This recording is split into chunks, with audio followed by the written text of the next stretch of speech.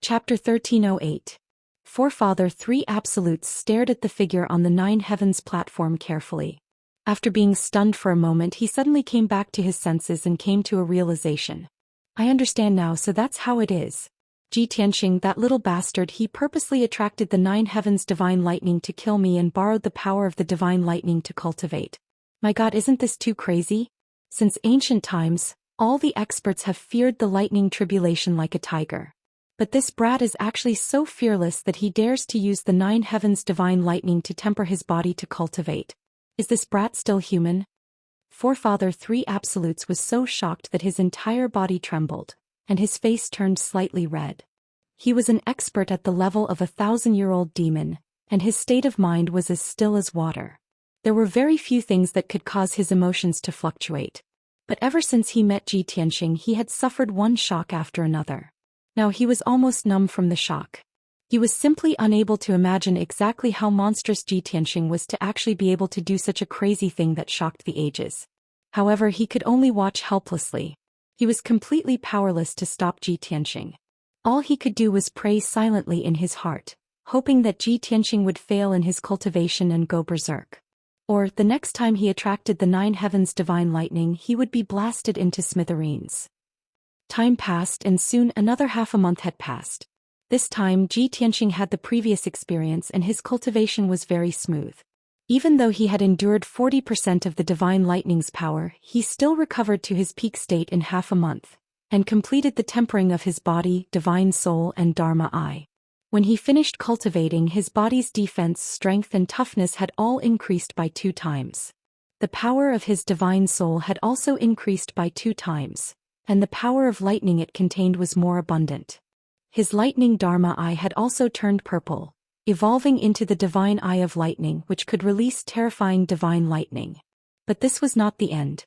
With the help of the burial of heaven, he began the third tempering. He used the lightning drawing technique again, attracting the Nine Heavens divine lightning. On the Nine Heavens platform, black clouds covered the sky and thunder rumbled and lightning flashed. When the huge divine thunder light beam came down, the sword of burial of heaven was the first to bear the brunt of the divine thunder light beam, taking 50% of the power for him. Tianxing was once again blasted into charcoal and fell heavily to the ground. Unlike before, when he fell to the ground he was still conscious. Moreover, after the burial of heaven's reminder, he paid special attention to the Nine Heavens platform.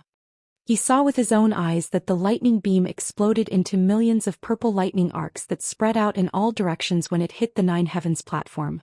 However, most of the lightning energy drilled into the Nine Heavens platform and disappeared along the mysterious patterns and lines. He roughly memorized the patterns and lines and then no longer paid attention to it. A moment later he struggled to sit up and began his third round of cultivation. When old ancestor Sanju saw this scene in the distant sky above the sea, he had long since become numb from the shock. He saw with his own eyes how Tianxing attracted the divine thunder and used the power of the thunder to cultivate. His strength grew stronger each time. Unfortunately, he was powerless to stop it and he had nowhere to vent his anger and jealousy. In fact, after he calmed down, he had to consider a problem. Every half a month or so, Tianxing would be killed by the divine thunder, and his strength would increase by several times. If this situation continues, he will cultivate for another month or 2 and his strength will increase by several times. At that time I will also be helpless against him, and will not be able to snatch the divine sword. No, I have to think of a way to stop him. I can't let him continue to grow stronger. Old ancestor Sanju made up his mind and racked his brains to think of a way. He tried to use several secret techniques to attack Tianxing on the Nine Heavens platform through the formless heaven and earth great formation. However, after he used the secret techniques, the sword lights, dragon shadows, and all kinds of magical attacks disappeared without a trace the moment they entered the Nine Heavens platform. Tianxing on the Nine Heavens platform was not affected at all. After this method failed, old ancestor Sanju quickly thought of another method. He decided to use his magic treasure to attack Tianxing, and let the magic treasure self-destruct, perishing together with Tianxing. Even if his magic treasure was unable to injure Tianxing, it was not bad that it could attract the divine thunder of the Nine Heavens.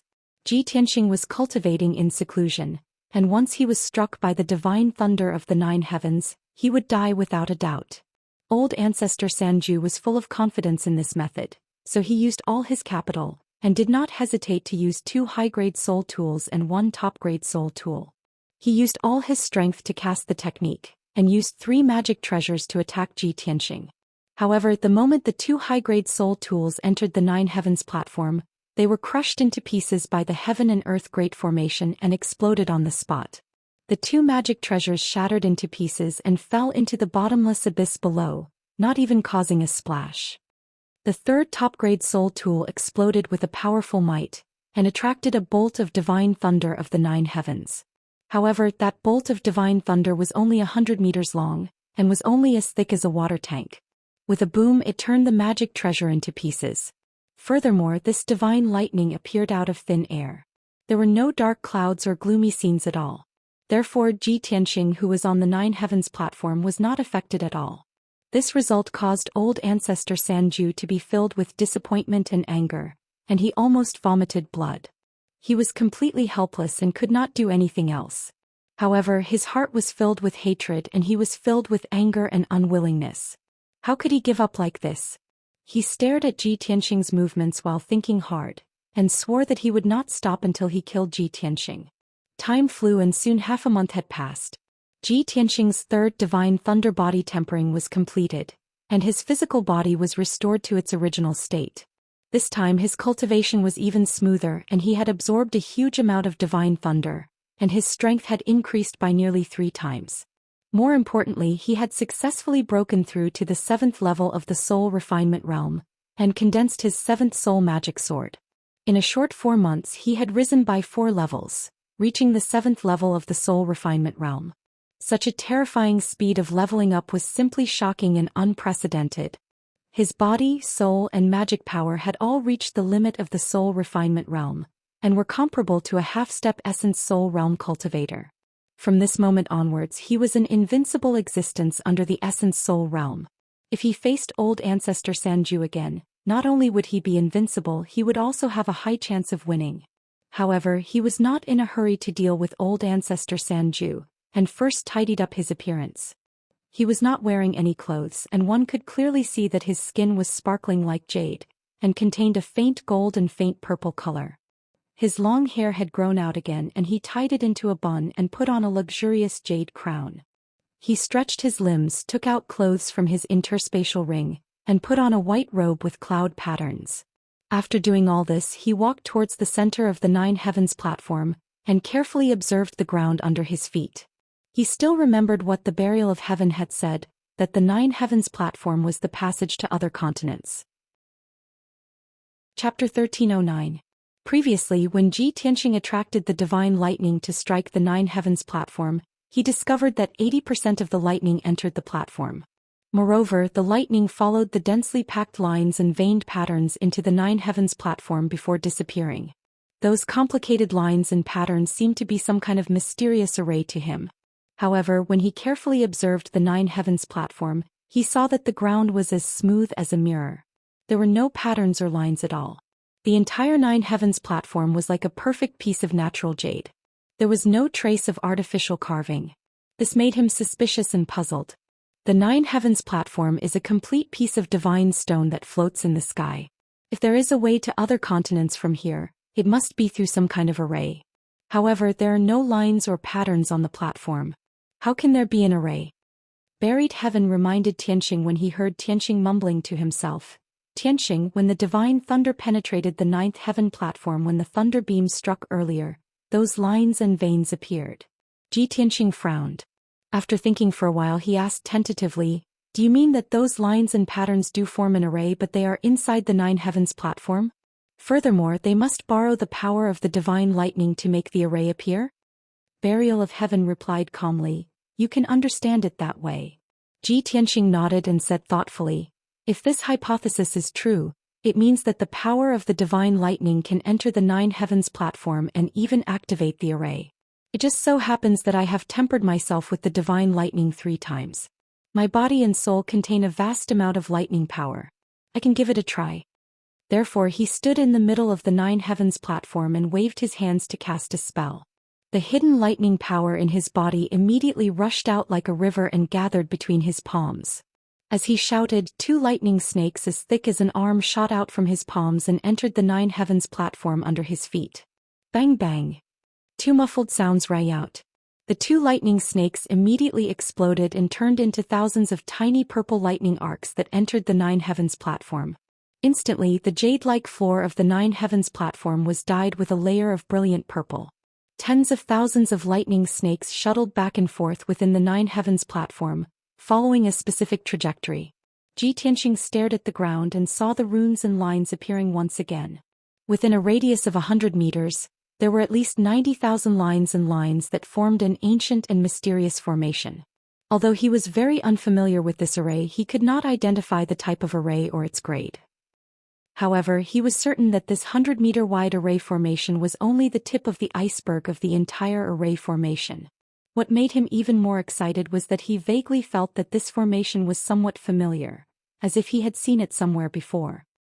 He seriously recalled for a moment, then his face suddenly changed and a trace of joy flashed in his eyes.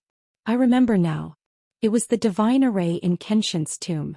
The array formation on the 9 heavens platform was very similar to the divine array formation in the 9 heavens platform. Seems like this array formation is also a true divine array formation. This discovery made Tianxing excited, as if he had seen the hope of deciphering the array formation. However, after he calmed down, he thought of a problem and frowned in disappointment. The array formation on the 9 heavens platform is also a divine array. I only saw a radius of 100 meters just now. The complete array formation is probably 10 miles wide, occupying the entire 9 heavens platform. Moreover, with my current strength and knowledge of array formations, it is impossible for me to decipher the divine array formation. It seems like I have to wait until I reach the primordial soul stage before I can decipher this array formation and open the passage to the other continents. When he thought of this, the excitement and anticipation in his heart dissipated. However, the low voice of the burial of heaven sounded in his mind again. Tianxing, what you need to do is to activate the array formation. Why do you need to decipher it? Tianxing was stunned. He asked in disbelief. As long as I activate the array formation, I can open the passage? Of course. The burial of heaven said with certainty. That array formation is just a teleportation array, not a defensive or trapping array. Why do I need to decipher it? Tianxing heaved a sigh of relief and smiled. This is much easier. Just now, I only used a little lightning power to make the array formation appear in a radius of 100 meters. If I use all my strength, there is a high chance that I can activate the entire array formation. At this point, a thought suddenly appeared in his mind. He asked the burial of heaven, "Oh right, burial of heaven, even if I release all the lightning in my body, it will not be comparable to the 9 heavens divine thunder. If the 9 heavens divine thunder blasts down and injects endless lightning into the 9 heavens platform, won't the teleportation array formation be completely activated?" The burial of heaven said indifferently, "If you trigger the 9 heavens divine thunder, even if the array formation is activated, it will only last for 2 breaths of time. At that time you will be burnt to a crisp. How will you enter the array formation?" Tianxing was relieved. He nodded and said, "All right, if this method is not feasible, I will try again." Then he used all the lightning power in his body again. It turned into 2 pillars of lightning and shot out from his palms into the 9 heavens platform. Bang! Bang! Along with 2 muffled sounds, 2 thick purple lightning bolts bombarded the 9 heavens platform. They turned into millions of purple lightning arcs and drilled into the 9 heavens platform. Soon, the ground within a radius of 100 meters turned a dazzling purple. The dense lightning arcs shuttled back and forth in the 9 heavens platform, forming tens of thousands of lines and patterns. Tianxing continued to cast spells and inject lightning power into the 9 heavens platform, causing the purple area on the ground to expand continuously. In just 10 breaths of time he had released all the lightning power in his body. A quarter of the 9 heavens platform within a radius of 10 miles had turned a dazzling purple.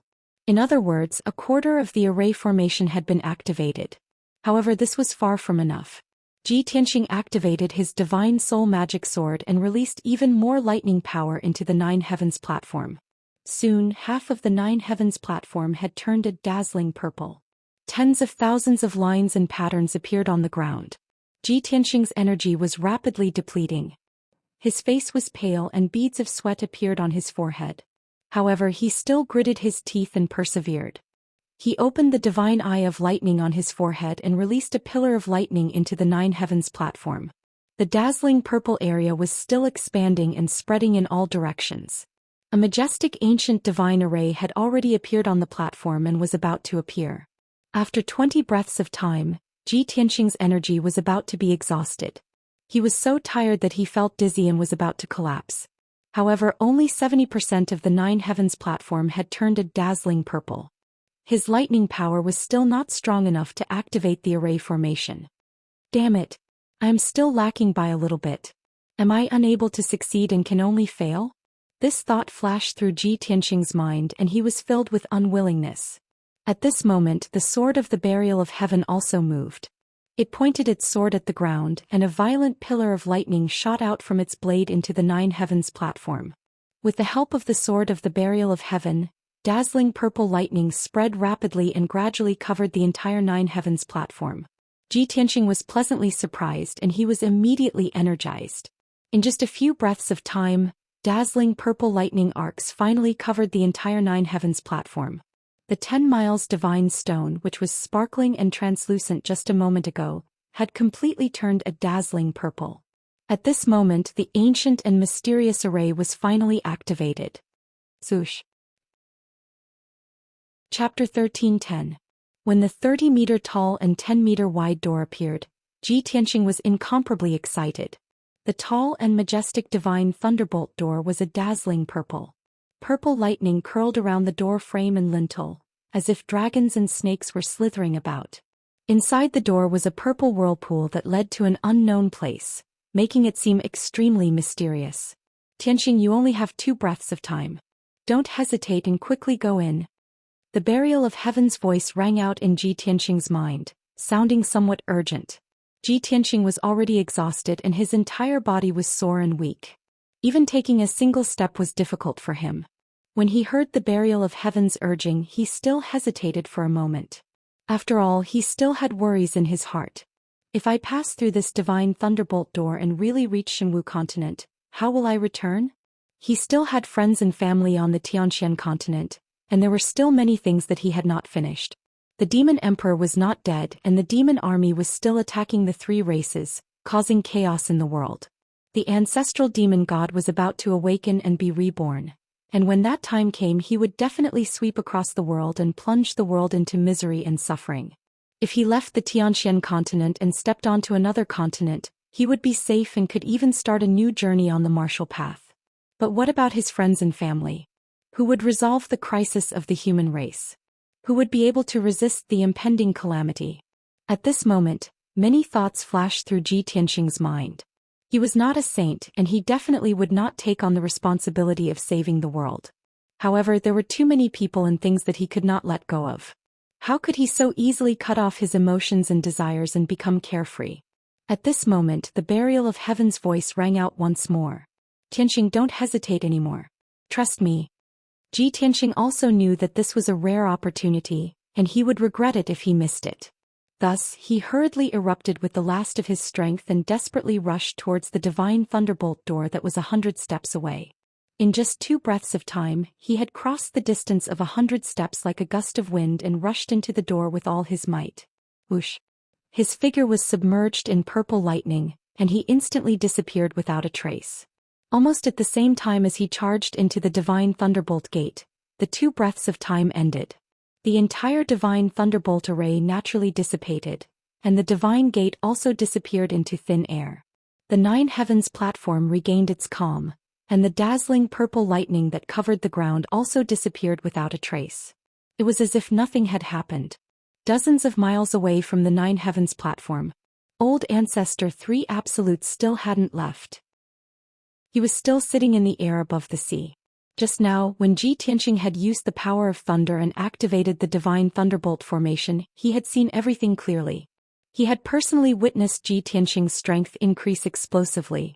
He had even released boundless lightning and opened a divine gate of lightning. He didn't quite understand what Ji Tianqing was doing. However, he was filled with shock and disbelief. He opened his mouth silently and did not come back to his senses for a long time. It wasn't until a long time later that a cold sea breeze blew over that he shivered and woke up from his shock. No. Xianxia had a problem. He used the divine thunderbolt to temper his body. Not only did he become extremely powerful, he could also control the power of thunder. Just now he seemed to have used the power of thunder to open some kind of array and condense a gate of light. Then he passed through the divine thunderbolt gate and disappeared along with the lightning. It's really strange. What is that kid trying to do? Where did he go after passing through that gate? Could it be that he escaped from under my nose just like that? Old Ancestor 3 Absolutes frowned and muttered to himself angrily. He couldn't figure it out no matter how hard he thought. His heart was filled with hatred and killing intent as well as deep shock and doubt. However, he still remained calm and focused on thinking. He analyzed all kinds of clues and wanted to find the truth. Legend has it that the Nine Heavens platform not only has great danger and terror, but also great opportunities and fortuitous encounters that can allow one to reach the heavens in a single step. Xianxia had to endure the divine thunderbolt's attack, which was extremely dangerous and terrifying. However, after passing through the divine thunderbolt gate, he mysteriously disappeared. Could it be that he obtained a great opportunity? When he thought of this, Old Ancestor 3 Absolutes was burning with jealousy and was about to go crazy. It would be fine if he didn't know about this, but it happened right under his nose. He watched with his own eyes but was powerless to stop it. How could he not be angry to the point of vomiting blood? After hesitating for a while, he finally made up his mind. No. With my strength and methods, I can't stop Xianxia, let alone unravel the secret of the Nine Heavens platform. Now that he and that divine sword have disappeared, I can't get it anymore. Since I can't get it, then I must destroy him and that divine sword. At this point, Old Ancestor 3 Absolutes revealed a cold smile, and his eyes became ferocious and bloodthirsty. I'm going to inform that person. As an Essence Soul Realm expert, he will definitely be interested in the divine sword and the Nine Heavens platform.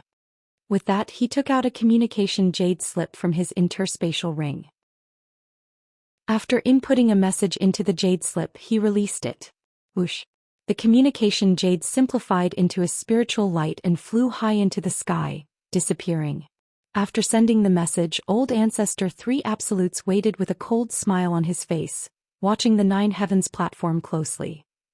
At the same time, Xianxia saw a blur in front of his eyes and he arrived in a foreign space. That's right, it was a space, not a continent or a world. The scene that he saw was completely different from what he had imagined. Beneath his feet and all around him was darkness. There was nothing there, just a pitch black and cold void. There was neither air nor spiritual chi of heaven and earth in the void. There were no living creatures in the void. The extremely cold temperature could freeze a soul-level Dharma treasure into powder and instantly freeze a soul refinement realm expert to death. Only Essence Soul Realm experts who had surpassed the soul refinement realm could survive in this void. Fortunately, although Xianxia was not in the Essence Soul Realm, he was comparable to a half-step Essence Soul Realm expert. Moreover, his body and soul had been tempered by the Nine Heavens' divine thunder and were unimaginably powerful. He could move freely in the void, but he could not stay there for too long. The dermic powers in his body were being depleted at a rapid rate. According to his estimation, he could last for at most 10 days in the void before exhausting all his dermic powers. At that time, only death would await him. Understanding this, he remained calm and collected, observing the scene around him.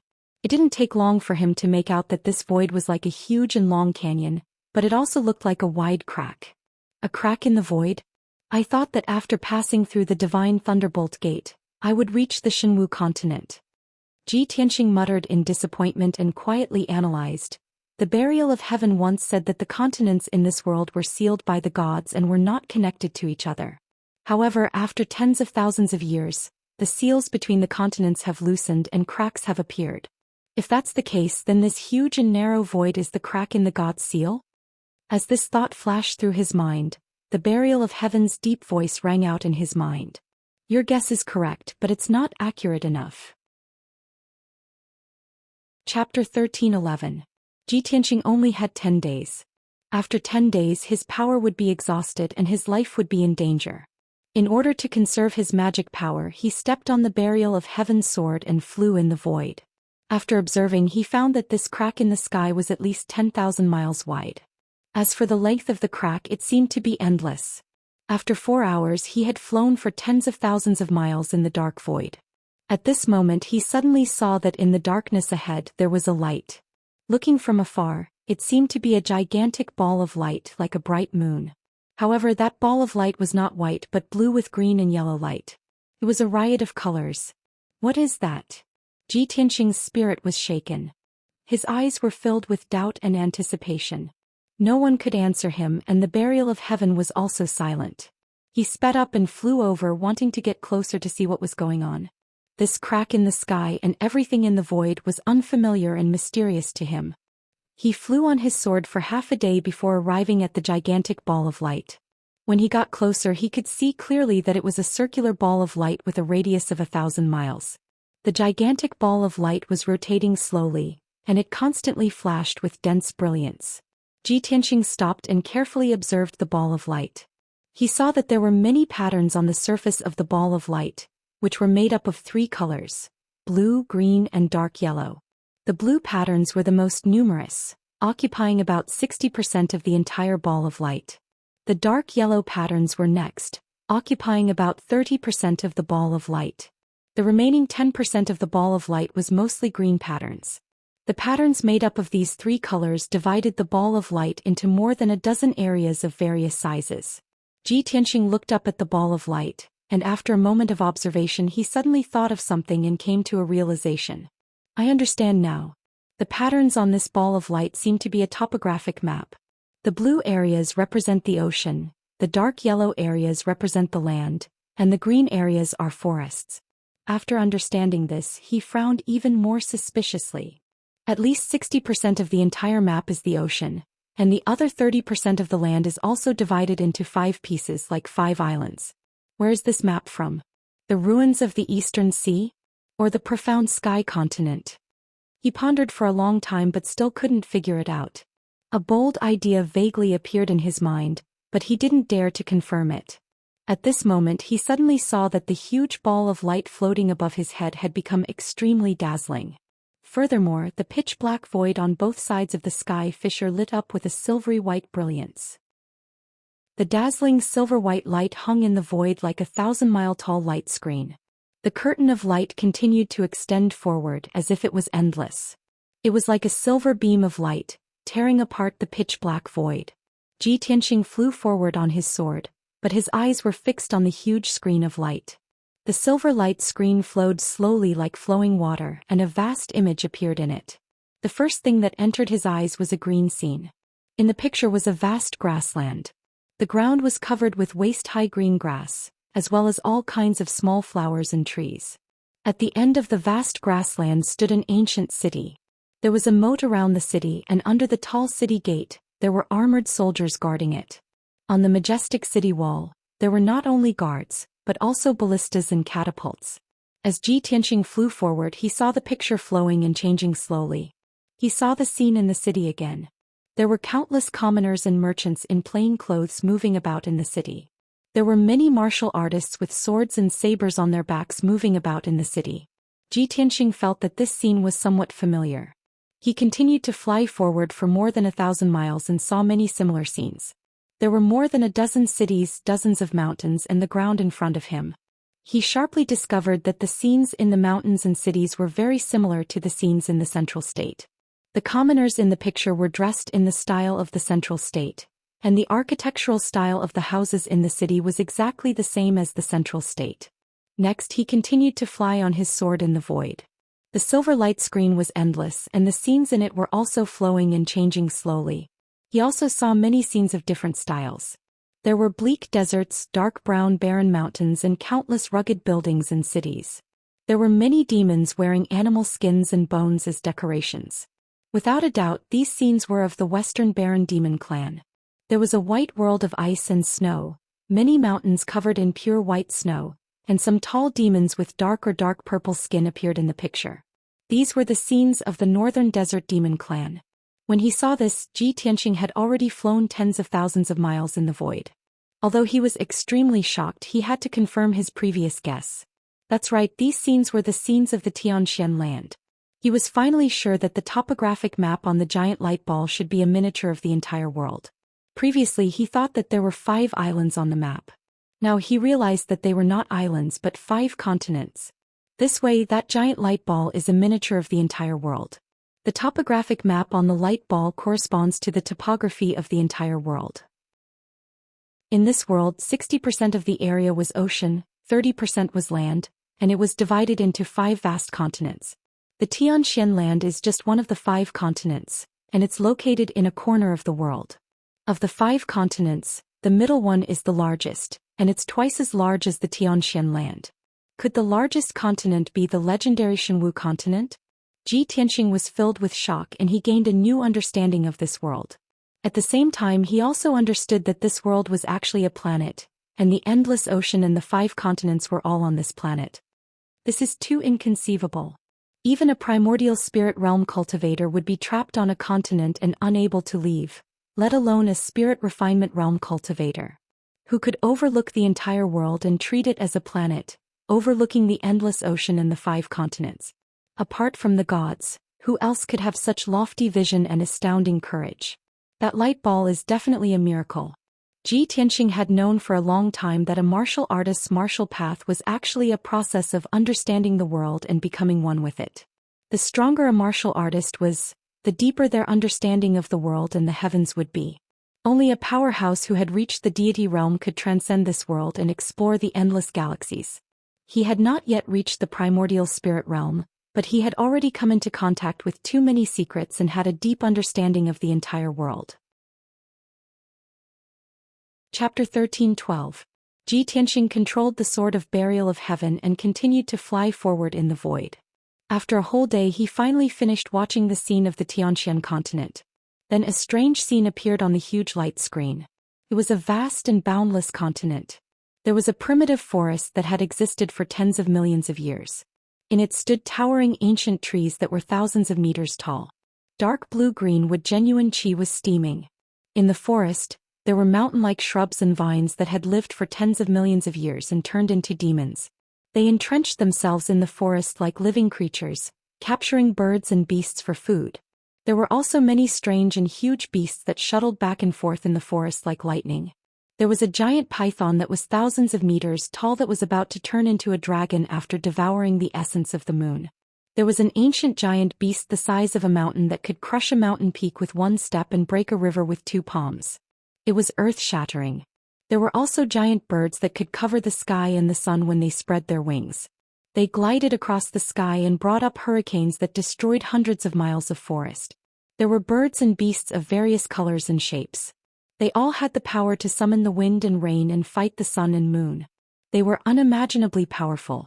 After passing through the forest, there was a vast and endless mountain range. Each mountain range was hundreds of millions of miles long.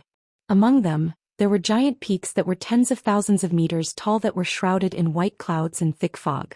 Countless powerful demons and beasts shuttled and chased each other between the mountains. Above the vast clouds, there were many ancient and majestic cities built on the peaks of the mountains. Those cities were built on the mountains. The terrain was steep and contained a domineering aura that overlooked the world. The architectural style of the city was also very special. It had a very ancient and sacred aura. There were almost no weak mortals living in the city. Basically, all of the people living in the city were martial artists. Most of the martial artists had amazing strength. They could lift thousands of kilograms of boulders and logs with one hand. Even if these martial artists were not in the sky origin stage, they were not far from it. All the ancient cities were located on the peaks of the mountains and were not connected to each other. Those people came and went with each other. Some of them used vital essence to form wings and flew in the sky like birds. Some of them sat on various flying artifacts. Some were like boats, some were like flying boats, and some were like roulette wheels. However, what Ji Tianxing saw the most was a flying Dharma artifact that was similar to a throne. He flew continuously for 30,000 miles and this was all he saw.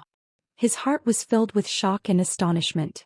He was certain that the continent in the picture was not the Xianxia land. On the Xianxia land, it was rare to see such gigantic and valiant demonic birds and beasts, not to mention such ancient and majestic mountaintop cities. But for the time being he still couldn't tell which continent it was. Therefore he patiently continued to fly forward, carefully observing the scene on the screen. One after another, new and unfamiliar scenes appeared clearly in front of his eyes. 8 snow-white single-horned heavenly horses with wings were pulling a luxurious golden carriage with a radius of 100 meters, flying across the sky at lightning speed. The golden carriage was extremely luxurious. It was completely golden and resplendent, and it emitted a divine and dignified aura.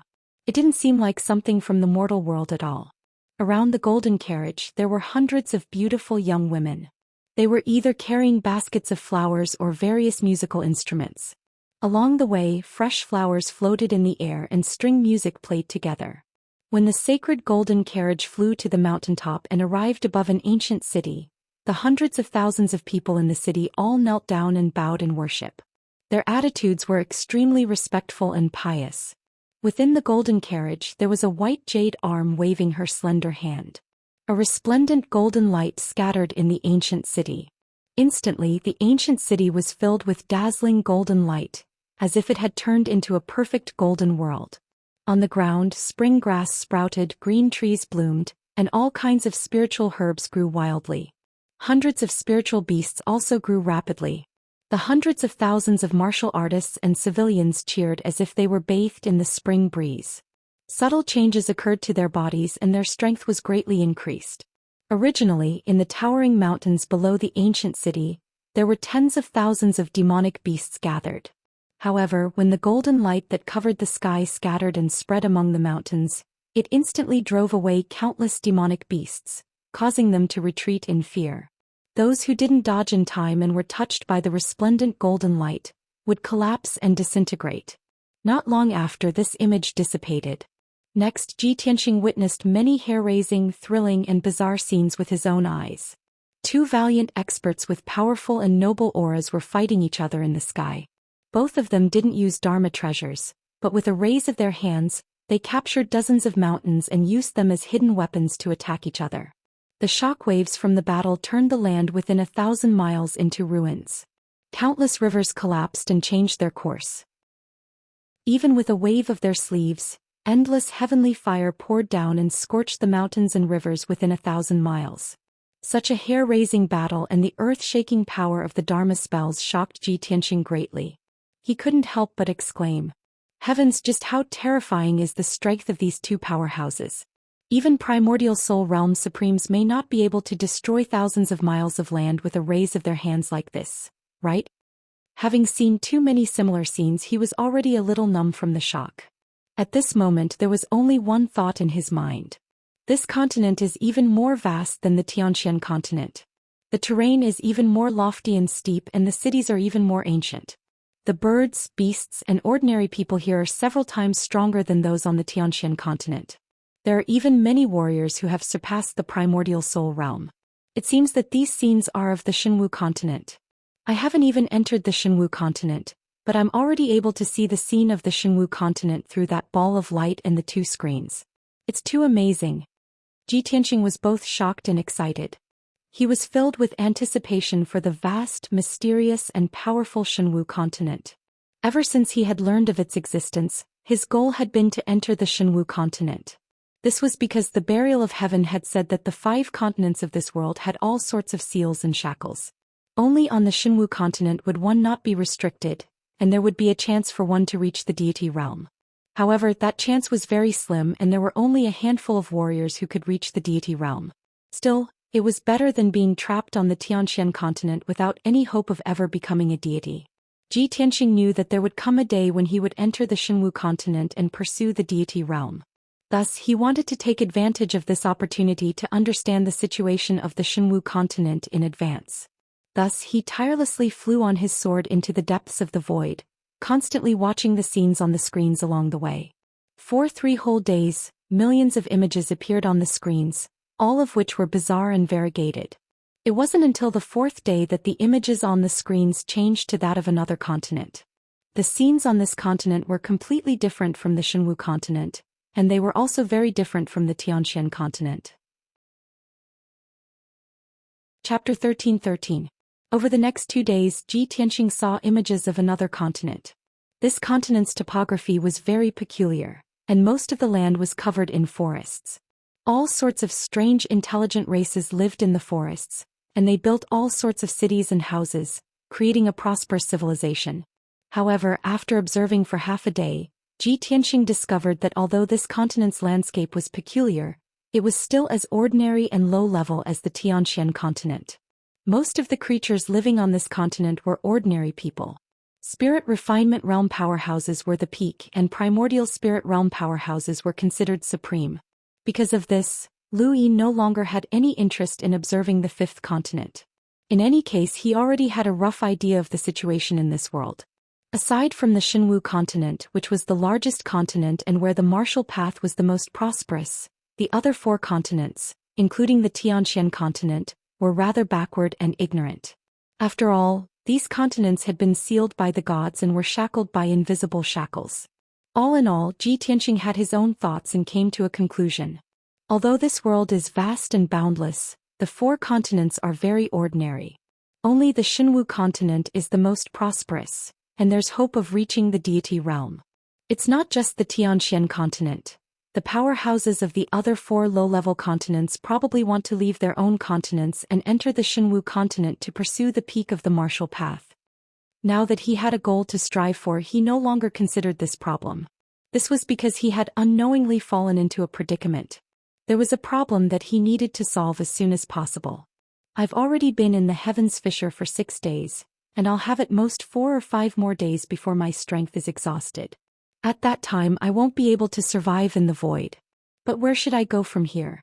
Should I take this opportunity to enter the Xinwu continent or return to the 9 heavens platform? If I want to go to the Xinwu continent, where should I go? If I want to return to the 9 heavens platform, can I go back the way I came? Many questions filled his mind, causing him to frown. Unfortunately, the burial of heaven had remained silent, and Lu Yin did not know what it was doing or what it was thinking. After pondering for a while, he could only make a decision. There's nothing in the void besides that ball of light and the 2 screens. If I want to enter this place, it's most likely related to the ball of light and the screens. I'll give it a try first. Thus, he controlled the sword of burial of heaven and flew toward the light screen. An hour later, he came to the mysterious and dazzling light screen and observed it closely. On the dazzling light screen, the image of an ordinary continent was still being displayed, and it was slowly moving. After careful observation, Zhou Xian discovered that the light curtain was formed by silver flowing light, as if a water curtain was pouring down from above. He tried to reach out his right hand and condensed a golden palm to touch the silver light screen. As a result, as soon as the golden palm touched the light screen rippled like water, and many ripples spread out in all directions. The image on the light screen also became blurry. When the ripples dissipated, the light screen returned to normal and a new image appeared. Seeing this scene, Zhou Xian suddenly frowned and said with some disappointment, "Such a mysterious light curtain, but I can't see any trace of a formation, let alone understand the mystery." It seemed that it was impossible to leave the void through the light screen. At least with my current strength and experience, I can't do it. He muttered to himself and frowned as he stared at the light screen, somewhat distressed. At this moment he suddenly discovered that the light screen rippled again, and circles of ripples spread out. The image that had just appeared on the light screen was suddenly disrupted and became blurry. I haven't touched the light screen yet, why is this happening? He immediately revealed a look of surprise and stared at the light screen full of ripples, waiting to see what would happen. In the next moment he saw with his own eyes that the image on the light screen had completely disappeared. The light screen in a radius of 1,000 meters became abnormally calm, like a transparent mirror. Through this huge mirror, he saw that behind the mirror, there was a throne gilded with spiritual jade. The throne was very spacious, and it was in the shape of a semicircle more than 6 meters wide. The throne was like a half moon, and its shape was very exquisite and beautiful. It was dazzling with gold and jade, and it exuded a noble and sacred aura. Zhou Xian was certain that even the thrones of Emperor Golden Dragon and a human imperial lord weren't as noble and gorgeous as this throne. He couldn't imagine how many rare treasures had been used to create such a sacred throne. What realm did the craftsman who made this throne reach? Most importantly, what kind of strength and realm was worthy of this throne? 9th Tribulation Realm? Sage Realm? Or a deity realm expert? With these questions in mind, his gaze landed on the throne as he carefully observed it. Then when he saw the figure sitting on the throne, he was dumbfounded. This was because the figure sitting on the throne was actually a petite little girl. The girl's figure and appearance were very similar to humans. She was about 1 meter tall and wore a red dress. She was sitting leisurely on the throne with her bare feet and calves. Her face was fair and tender, and it was as red as an apple. Her palm-sized face was round and looked extremely cute. One couldn't help but want to reach out and pinch it. Her mouth was petite and pink and her nose was small and cute. However, she had a pair of extremely clear and clean eyes. She was a little different from humans. Her long hair was pale golden and she wore hair clips and hair accessories. Her pupils were also golden. However, it was undeniable that this was an extremely beautiful little girl that anyone would love. She was just too cute. Xianxia dared to swear that this little girl was definitely not more than 10 years old. She was only 8 or 9 years old. He would never have imagined that on such a sacred and honorable throne, there was actually an 8 or 9-year-old little girl sitting there. This was simply too shocking. When Xianxia stared at the little girl with his mouth agape, the little girl also widened her clear and bright eyes and stared at him through the mirror. Their eyes met and both of them were stunned. They sized each other up with strange gazes. Moments later, Xianxia came to his senses and greeted the little girl first. "This little girl, hello. May I know who you are?" He was a little hesitant and embarrassed. He didn't know how to address the other party, nor did he know if the other party could understand his language.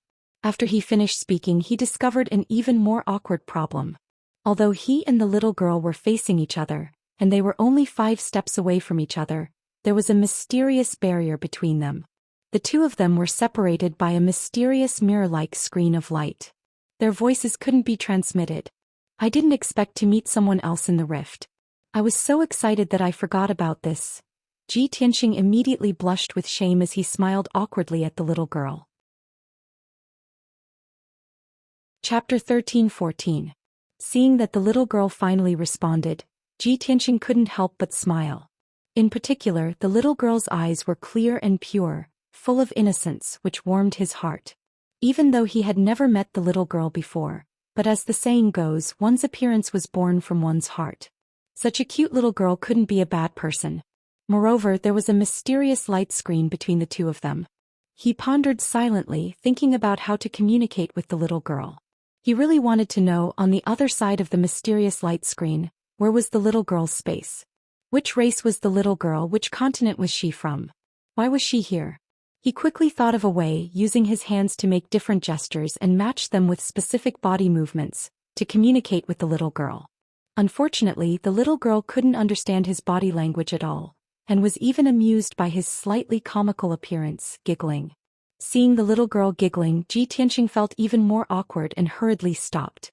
At this time, the little girl stopped giggling, slowly stretched out her small white hand, and pressed it on the mysterious light screen. When her palm touched the light screen, it was as if she was pressing on water, and layers of ripples appeared around her palm. Then she stared at Xianxia and gestured with her other hand. Xianxia immediately understood what she meant, and slowly stretched out his right hand, and pressed it on the mysterious light screen.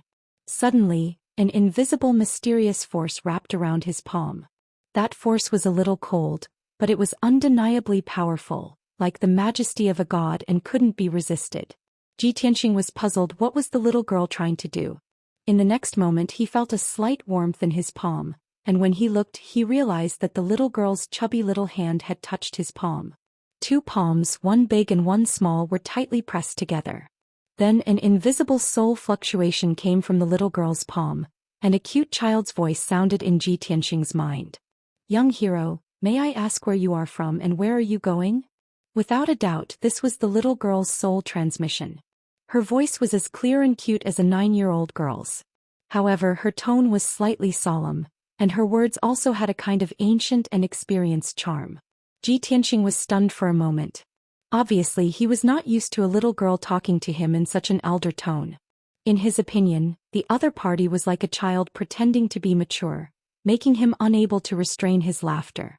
However, after staring at the little girl for a while, he realized that the little girl was looking at him expectantly. Her expression was quite serious and she didn't seem to be joking. Therefore he also answered seriously, I came from the Xianxia land and accidentally entered this place. I don't know how to get out. When the little girl heard his soul transmission, she immediately pouted and frowned. She said with some displeasure, You're lying. The fluctuations of your soul have betrayed your heart. You clearly intended to break into this place and explore some secrets. Ji Tianxing's body suddenly shook and he asked in disbelief, Hey, you can actually pry into other people's minds? So you admit that you're lying? The little girl's lips curled into a mocking smile with a hint of slyness. It was only then that Ji Tianxing realized that the little girl was trying to trick him.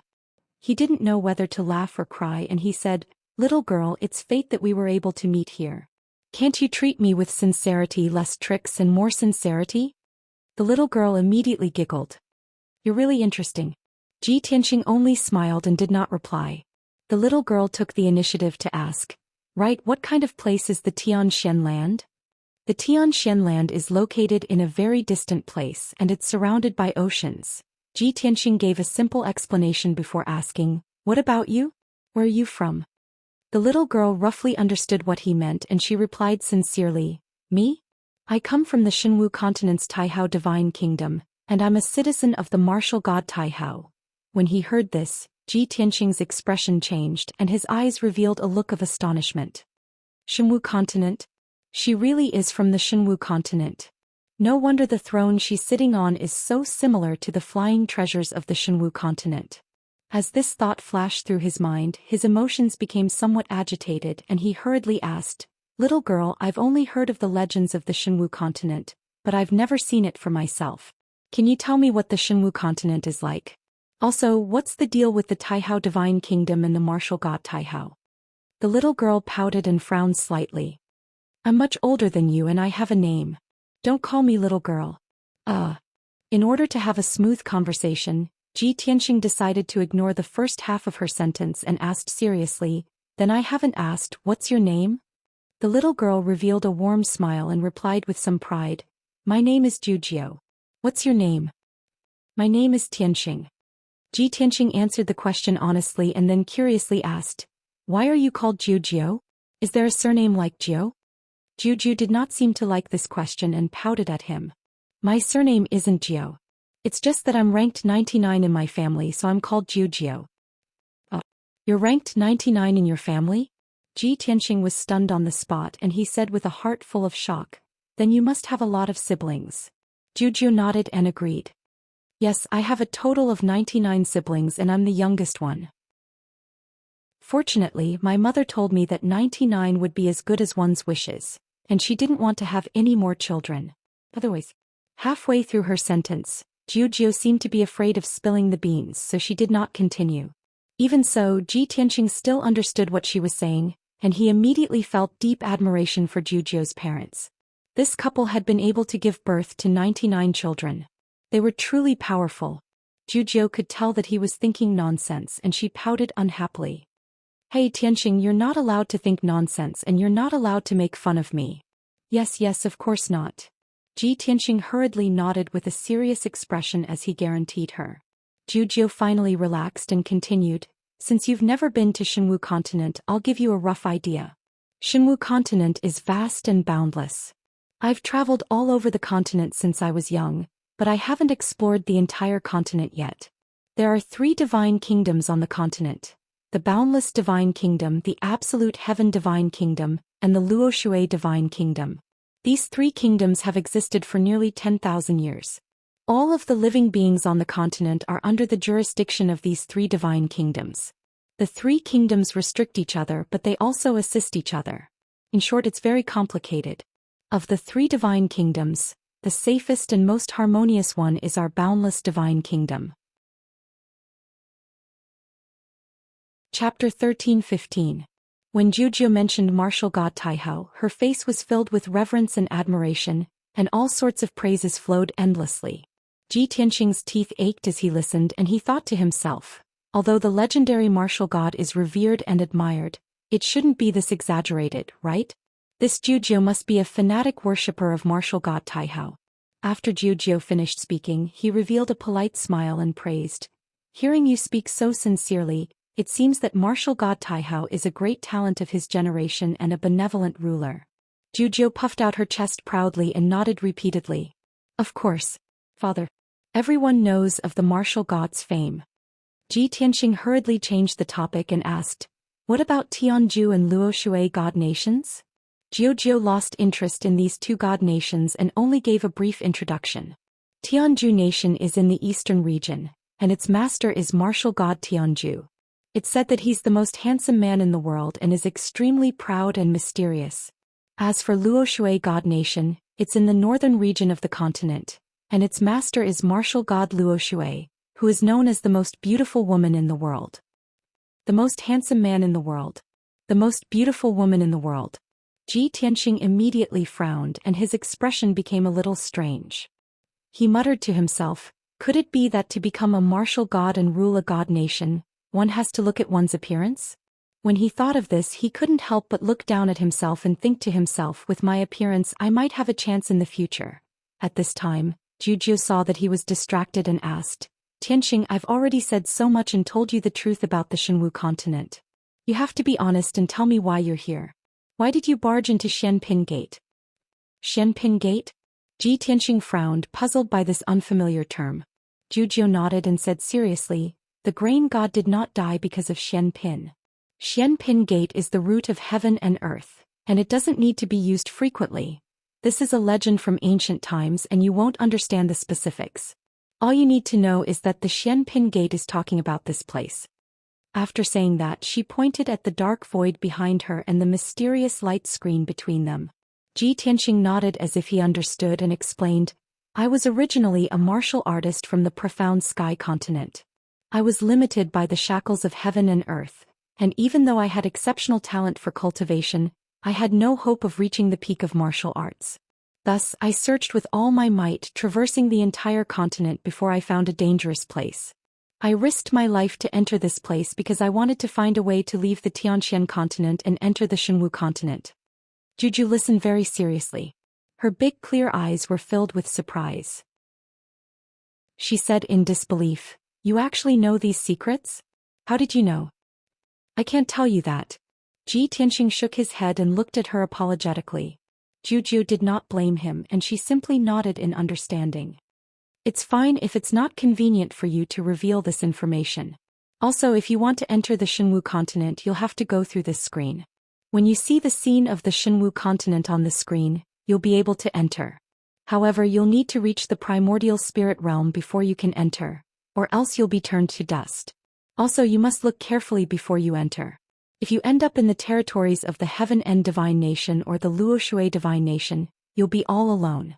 After saying that, she gave Ji Tianxing a kind smile. Ji Tianxing understood what she meant and he smiled. Zhu, you mean, you're willing to be friends with me? You want me to go to the Taihao Divine Nation when I enter the Shenwu continent? Zhu nodded and her big clear eyes revealed a look of admiration. That's right. You're very smart and you're also a very interesting fellow. You're also very cute. Ji Tianxing chuckled and asked, right Zhu, you still haven't told me why you're here. Could it be that you want to leave the Shenwu continent and head to other continents? Zhu shook her head and her big clear eyes looked around before she answered, I've never thought of leaving the Shenwu continent. Our Taihao Divine Nation is so harmonious and friendly, so why would I want to leave? I'm just in a hurry to rush to the Clear Sky Pagoda to participate in the God Disciple selection that happens once every 20 years. However, I lost my way halfway there and accidentally stumbled into this place. Then I met a silly fellow like you. Lost your way. Ji Tianxing's eyes widened in disbelief and he secretly cursed in his heart. A little girl who can get lost actually dares to call me silly? Who's the silly one here? Of course, he knew that Zhu's words were half true and half false, so he couldn't believe them completely. However, he didn't delve into it and he only asked the key question. Zhu, what's the God Disciple selection all about? Zhu patiently answered him and calmly said, the God Disciple selection is a grand event of the Taihao Divine Nation, and it's held once every 20 years. This time the God Disciple selection will begin in 8 months. When the time comes, all the young fighters in the Divine Nation will have to go through layers of battles and selections. The final 100 young talents who emerge victorious will head to the sacred Clear Sky Pagoda to undergo the final selection. The young talents who are successfully selected will become God disciples with honorable statuses. They will bask in the divine light of the Divine Master and grow up healthily and steadily. If they have outstanding talent and strength, they might even gain the Divine Master's favor and be entrusted with important tasks and rewards. As for the young talents who aren't selected, they can only serve as God's servants. Zhu was still somewhat childish and her words were rather interesting, but she was also somewhat vague. However, Ji Tianxing could roughly guess that the so-called God disciple selection was actually just like the imperial concubine selection in the secular world. After the new emperor ascended the throne, he would send people to search for beauties all over the world. He would pick out a few hundred of the most outstanding ones and send them to the palace for the emperor to choose from.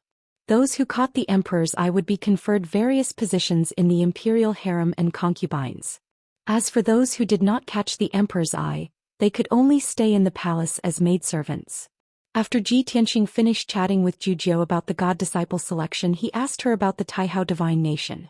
The more they talked, the happier they became and their relationship became closer. Their hands were pressed together, unwilling to let go, and they even forgot about the passage of time. Unknowingly, half a day had passed. Ji Tianxing had more or less asked all the questions he wanted to ask. Only then did he wake up from a dream and remember an important matter. Currently, he could not go to the Shenwu continent, and he had to return to the Xianxia continent as soon as possible. He did not have much time left and he had to leave this pitch-black void, which was also the Xianpin Gate, before his strength was exhausted. Otherwise, when his strength was exhausted, the consequences would be unimaginable. In the future, when he reached the primordial spirit realm and resolved his grudges in the Xianxia continent, he would be able to come here again and head to the Shenwu continent. Chapter 13:16. Ji Tianxing saw that it was about time, so he bid farewell to Zhu. Zhu, it's my fortune to have met you here. Thank you for telling me so much, but I can't head to Shenwu continent for the time being. I have to return to the Xianxia continent first, as there are still many things that I need to take care of. Zhu knew that he was about to leave, and a trace of reluctance flashed through her clear eyes. She had not chatted enough, as she still wanted to learn more about the situation in the Xianxia continent from Ji Tianxing. However, she suppressed these thoughts and sincerely said to Ji Tianxing, "Tianxing, after today's parting, I don't know when we will meet again. If you can reach Shenwu continent within 8 months, I hope that you can come to the vast divine kingdom and find me at the Clear Sky Pagoda." Ji Tianxing smiled and nodded. "All right, if possible I will try my best to rush over. I wish you success in passing the selection and becoming a respected God's disciple." Zhu was stunned, but she did not say anything. She only smiled and thanked him. Ji Tianxing waved goodbye to her and then controlled the barrier of heaven to fly back. Zhu slowly retracted her small white hand and looked through the screen at his back as he left. Her lips curled up into a smile. "Humph, that silly guy actually thinks that I'm going to become a God's disciple. Too stupid." She muttered to herself in a somewhat reproachful tone as her eyes stared at Ji Tianxing's back, unwilling to leave for a long time. After a long time, when Ji Tianxing's figure disappeared into the darkness, she finally retracted her gaze. She suddenly remembered something important, and her smile disappeared as she muttered to herself. "In the past 1,000 years, this guy is the first person to enter Xianpin door without reaching the primordial spirit realm. This Tianxing is definitely a peerless genius that only appears once in 1,000 years. Even in our vast divine kingdom, he can be considered a first-rate youth genius. I have to hurry back and report this news to father so that Tianxing won't be snatched away by another God's master when he comes to Shenwu continent." Zhu hurriedly controlled the gilded throne and flew away at lightning speed. Ji Tianxing controlled the barrier of heaven and flew back with all his might. He had already consumed more than half of his strength and he only had 4 days left. He focused on flying and didn't look at the mysterious screens of light on both sides of the void of space. Barrier of heaven was silent for a long time. Suddenly he sent a voice transmission, "Tianxing, that little girl is not simple." Ji Tianxing was in a hurry when he heard Barrier of Heaven's sudden words. He was startled. Soon after he came back to his senses and said with a smile, "Of course. She looks like she's only 8 or 9 years old, yet she was able to enter the door of Xianpin. She definitely has the strength of the primordial soul stage or above. Furthermore, she's from the Shenwu continent. If her parents dared to give birth to 99 children, then her family must be an aristocratic family with a deep foundation. Burial of Heaven was silent for a moment before speaking again. The poverty and backwardness of the profound sky continent has limited your imagination. Ji Tianxing frowned and unhappily said, "Are you saying that I'm a country bumpkin who hasn't seen the world?" Burial of Heaven did not reply, which was probably a tacit acknowledgement. Ji Tianxing thought to himself, although I've seen some images of the Shenwu continent on the screens, and I've also learned a bit about the situation there from Jujiu. However, I've never been to the Shenwu continent before, so I don't understand it at all. Thus, I can't make any wild guesses. However, after I head to the Shenwu continent, I'll naturally be able to adapt to it and have a clearer understanding of it. In the future, I'll also be able to become a powerhouse on that continent. Very quickly for days passed. Ji Tianxing's strength was about to be exhausted, but he still hadn't reached the end of the pitch-black void. Helpless, he could only enter Burial of Heaven and enter the Sword's world, where he took some pills and meditated to recover his magic power. Burial of Heaven continued to fly through the void for another day and night before finally reaching the end of the void.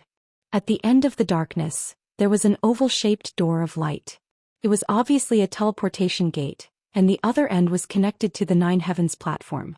Burial of Heaven flew over without hesitation and entered the teleportation gate with a whoosh. 5 kilometers away from the Nine Heavens platform, Ancestor Triforce was standing in the sky above the sea. He had already put away the jade prayer mat and was now pacing back and forth in the sky. From time to time he would look at the Nine Heavens platform, and from time to time he would turn his head to look towards the southeast. His expression was somewhat anxious and his expression was somewhat gloomy. That damned little bastard. He's already disappeared for 11 days and he still hasn't appeared. He couldn't have really escaped, right? But what secrets does the Nine Heavens platform hold? Where does it lead to? Old Ancestor Sanju murmured to himself. His eyes were filled with hatred and killing intent. He turned his head to look towards the southeast sky and anxiously muttered to himself, "I've already sent the message 11 days ago. Why hasn't he come yet? He's a primordial spirit realm powerhouse and he'll only need 2 or 3 days to get here." As time passed, Ancestor Triforce became more and more anxious. Not long after, a dazzling golden light suddenly appeared in the southeast sky. The golden light was like a sharp arrow piercing through the clouds, and also like lightning tearing through the sky. It sped over at an unimaginable speed. A moment ago the golden light was still 300 kilometers away. A breath later the golden light was already 100 kilometers away. Another breath later, the golden light that was more than 10 meters long had already arrived in front of Ancestor Triforce. The golden light stopped 1,000 meters away from him. After the dazzling light gradually dissipated, a tall and muscular figure appeared. This was a middle-aged man who was 10 meters tall and had a domineering and imposing aura. He wore a golden robe embroidered with phoenixes and dragons, and a noble 9-star crown on his head. His square face was upright and dignified, and his bell-sized eyes were deep and vast. The most eye-catching thing was the golden dragon horn protruding from his forehead. Clearly, this person was not a human, but a member of the imperial family of the Eastern Sea, the Golden Dragon clan. When Ancestor Triforce saw this person, he immediately let out a sigh of relief and joy appeared in his eyes. He hurriedly went forward with a face full of smiles. Even from 100 meters away, he respectfully clasped his hands and bowed. "Greetings, Your Majesty Dragon Emperor. Your Majesty Dragon Emperor, ever since I sent the message I've been waiting for your arrival. I've been looking left and right for a full 11 days and you finally arrived." Without a doubt, this person was the Emperor of the Water Race, the Golden Dragon Emperor. The Golden Dragon Emperor frowned when he saw how excited Ancestor Triforce was, as if he had seen his savior. He raised his hands, indicating for Ancestor Triforce to rise, and said in a dignified manner, "Ancestor Triforce, rise. Ever since we parted, you haven't visited this emperor in 100 years. In these past years, the tributes of the Heaven Ascension sect have been handed over by the juniors. Why did you suddenly send me a message and invite me to this dangerous forbidden area?" Chapter 13:17. Although the Heaven Evasion sect was a human sect and was hidden deep within the Eastern Sea's ruins, the Eastern Sea's ruins was the Eastern Sea's ruins. However, the entire Eastern Sea was under the jurisdiction of the Water Race's imperial court. For the Heaven Evasion sect to be able to survive in the ruins of ruins for 3,000 years, they naturally had to rely on the Water Race's imperial court for permission and protection. Thus, every 10 years the Heaven Evasion sect had to hand over a batch of priceless tributes to the Water Race's imperial court. Old ancestor Sanju and the Golden Dragon Emperor had known each other since 1,000 years ago. Although the relationship between the two was that of a ruler and a subject, the two of them didn't meet many times, so their relationship couldn't be considered close. However, the two of them still had some friendship, so the Golden Dragon Emperor was willing to give old ancestor Sanju face and come to the Nine Heavens platform. As soon as the two of them met, the Golden Dragon Emperor went straight to the point and asked about old ancestor Sanju's intentions. Old ancestor Sanju didn't beat around the bush and pointed at the Nine Heavens platform not far away, explaining, "Your Majesty Golden Dragon Emperor, the surprise I mentioned is on the Nine Heavens platform." The Golden Dragon Emperor was no stranger to the Nine Heavens platform and had come here several times in the past 1,000 years. However, he knew how mysterious and terrifying the Nine Heavens platform was and never dared to enter it. He had to be careful even when he approached the Nine Heavens platform.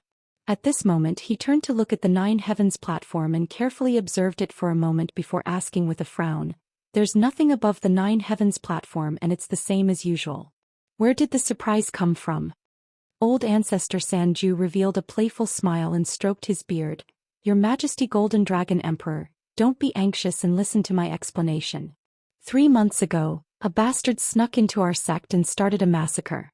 He killed our left and right protectors and many elders and deacons. I was cultivating in seclusion when the elders knocked on my door and woke me up. Thus I brought the sect master and worked together to hunt that bastard down. We chased him all the way here." Progenitor Sanju briefly explained what had happened to Qin Nan. Of course, he didn't reveal the reason for the battle, nor did he mention Ji Tianxing's identity and name. He emphasized that Ji Tianxing had a divine black dragon divine beast and a peerless divine sword. Most importantly, after Ji Tianxing escaped to the Nine Heavens platform, not only was he not killed by the divine lightning, he even used the power of the divine lightning to temper his body, making him even more powerful. Even the Golden Dragon Emperor, who was knowledgeable, was dumbstruck by Patriarch Sanju's words. What? That person actually took the initiative to trigger the divine thunder of the ninth heaven. Even after being struck by the divine thunder, he can still cultivate and become stronger? Golden Dragon Emperor's eyes widened in shock as he stared intently at the Nine Heavens platform. Old ancestor Sanju nodded repeatedly and added fuel to the fire. "Your Highness Dragon Emperor, that kid has a divine beast, Black Dragon, but the Dragon clan is your people. How can they be enslaved by him? Moreover, the reason he was able to enter the ninth heaven platform and withstand the divine lightning was all thanks to the divine sword. That divine dragon and that divine sword should belong to you. Only a peerless sovereign and wise ruler like you is worthy of possessing such peerless divine items. Most importantly, in the thousands of years since ancient times, who has been able to decipher the secrets of the Nine Heavens platform? That kid was able to cultivate and become stronger in the Nine Heavens platform. He must have grasped the secrets of the Nine Heavens platform. If you can obtain this secret, you will be able to benefit the Water Clan." Old ancestor Sanju's words were undoubtedly very tempting. The Golden Dragon Emperor's blood was boiling, and his heart was filled with a strong desire and anticipation. But how wise was the Golden Dragon Emperor? How could he not see through old ancestor Sanju's intentions? He looked at old ancestor Sanju with a cold smile and said in a mocking tone, "Since this has already happened 3 months ago, why did you only inform me 10 days ago? You must have wanted to take the Black Dragon and the divine sword for yourself, but you couldn't do anything to that kid. You had no choice but to report this matter to me, right?" Old ancestor Sanju's face was filled with awkwardness. He smiled slightly and said humbly, "Your Highness Dragon Emperor's foresight is truly divine. You truly are the peerless sovereign of the East Sea." The Golden Dragon Emperor glanced at him indifferently and waved his hand. "Enough nonsense. Where is that kid now? The Nine Heavens platform is clearly empty." Old ancestor Sanju hurriedly explained, "This matter is even more mysterious. 11 days ago that kid used the power of lightning to turn the entire Nine Heavens platform purple. After that, a huge teleportation gate appeared on the Nine Heavens platform. That kid entered the teleportation gate and disappeared. The Golden Dragon Emperor frowned and glared coldly at old ancestor Sanju. He said in a deep voice, "You dare to trick me? That kid must have left through the teleportation gate. He has already been gone for 11 days. What's the point of me coming here now?" This. Old ancestor Sanju saw that the Golden Dragon Emperor was angry and was filled with fear. He wanted to explain, but he was powerless. He racked his brain for a while and came up with a lame excuse. He hurriedly said, "Your Highness Dragon Emperor, none of us know the secrets of the Nine Heavens platform. This one guesses that the kid might have returned to the Nine Heavens platform. Even if he has already escaped far away, this matter is too mysterious. I will definitely have to report it to you. Only with your wisdom and talent can you unravel the mystery behind this." "You old bastard." The Golden Dragon Emperor cursed. He wanted to reprimand him, but he didn't know where to start. After all, old ancestor Sanju's attitude was very respectful and he was flattering him. He was caught off guard. Right at that moment, the Nine Heavens platform suddenly flashed and a black light appeared. The Golden Dragon Emperor and old ancestor Sanju remained silent. They stared at the black light with sharp eyes and carefully observed it. In order to see it more clearly, the Golden Dragon Emperor flew to the pitch-black mountain peak and stood at the edge of the Nine Heavens platform.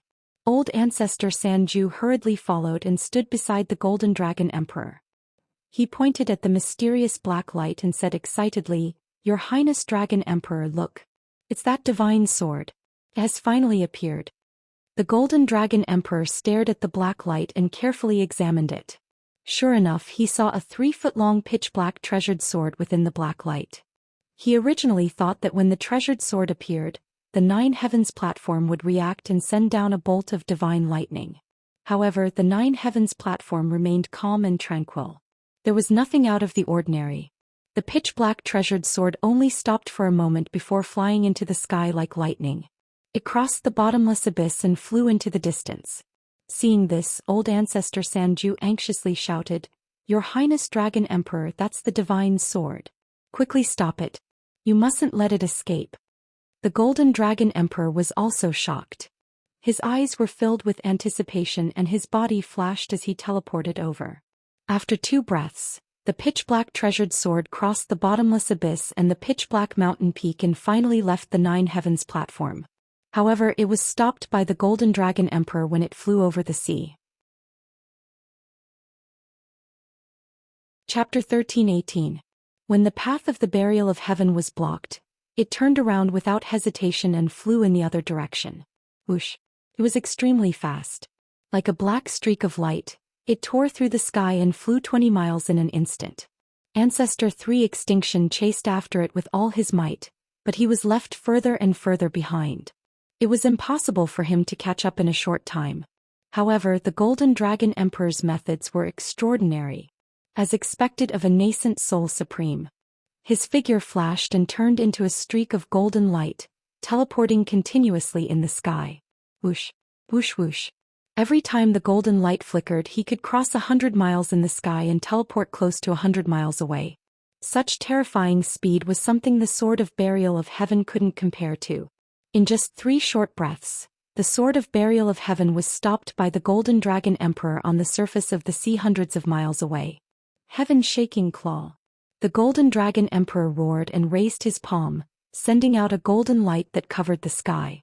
It turned into a giant golden dragon claw that descended from the sky and grabbed at the Sword of Burial of Heaven.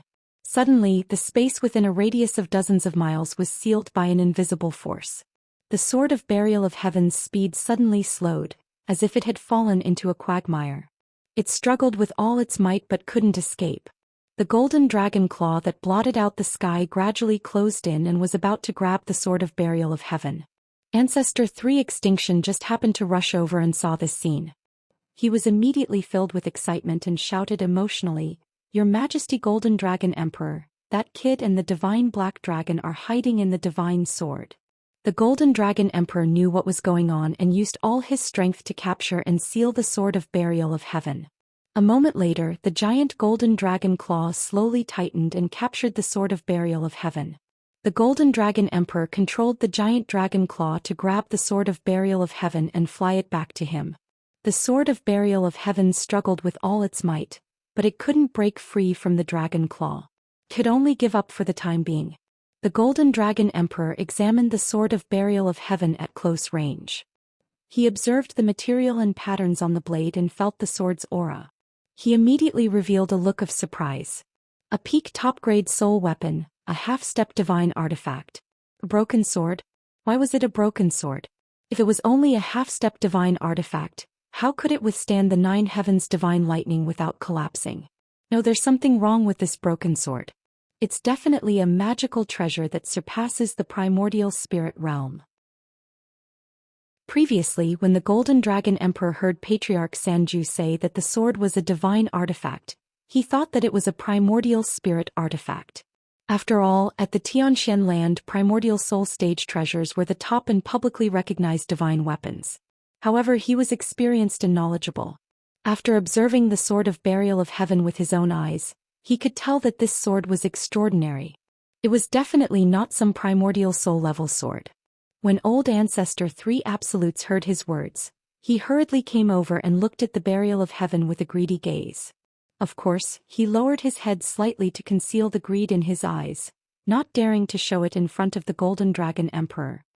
Your Majesty Dragon Emperor, I've long noticed that this sword is extraordinary. It's a peerless divine sword. Now you only need to kill that brat and you'll be able to obtain the divine sword and a divine black dragon. As Old Ancestor 3 Absolutes tempted the Golden Dragon Emperor and urged him to kill Zhou Xian, he carefully observed the Golden Dragon Emperor's expression. Although the Golden Dragon Emperor did not understand the situation, he would not be blinded by joy. He saw through Old Ancestor 3 Absolutes' intentions and said indifferently, "As for how to deal with this divine sword and the black dragon, I'll decide. There's no need for you to tell me what to do. This matter ends here. I'm going to take the divine sword back to the imperial court. You can leave now." Old Ancestor 3 Absolutes was stunned and cursed in his heart. "Damn you, Golden Dragon Emperor. You're burning the bridge after crossing the river and chasing me away after obtaining the divine sword? This won't do. I have to see him kill Zhou Xian before I can be at ease." Seeing that Old Ancestor 3 Absolutes was unwilling to leave, the Golden Dragon Emperor comforted him again. "Old Ancestor 3 Absolutes, I appreciate your kindness. The Imperial Court owes you a favor. If you encounter any difficulties in the future or if your life is in danger, I promise to save your life. How about it?" After receiving the Golden Dragon Emperor's promise, Old Ancestor 3 Absolutes felt much better. He hurriedly bowed and said, "Thank you, Your Majesty." The Golden Dragon Emperor ignored him and turned to leave. However, at this moment the burial of heaven flashed and a figure appeared out of thin air. Whoosh!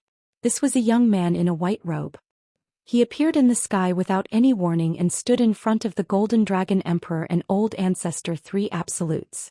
The white-robed young man was 8 feet tall and had a tall figure. He had a handsome face and an invisible aura emitted from his body, making him look especially mysterious and noble. He looked at the Golden Dragon Emperor with a smile and said in a playful tone, "Your Majesty, I trust you've been well since we last met. Where are you taking me?" The Golden Dragon Emperor and Old Ancestor 3 Absolutes were stunned. Both of them widened their eyes and stared at the white-robed young man. Old Ancestor 3 Absolutes was the most agitated. His eyes were bloodshot as he gritted his teeth and shouted, "You damn bastard, you finally can't hide it anymore? It's time for you to die." The Golden Dragon Emperor was also stunned. He revealed an expression of disbelief and said, "You're... How could it be you?" Zhou Xian looked at Old Ancestor 3 Absolutes with a playful gaze and said to the Golden Dragon Emperor, "Of course it's me. Other than me, who else would have a black dragon and a divine sword? Other than me, who else could kill the sect master and guardian elder of the Heaven Evasion sect and make Old Ancestor 3 Absolutes hate me to the core?" The Golden Dragon Emperor was stunned.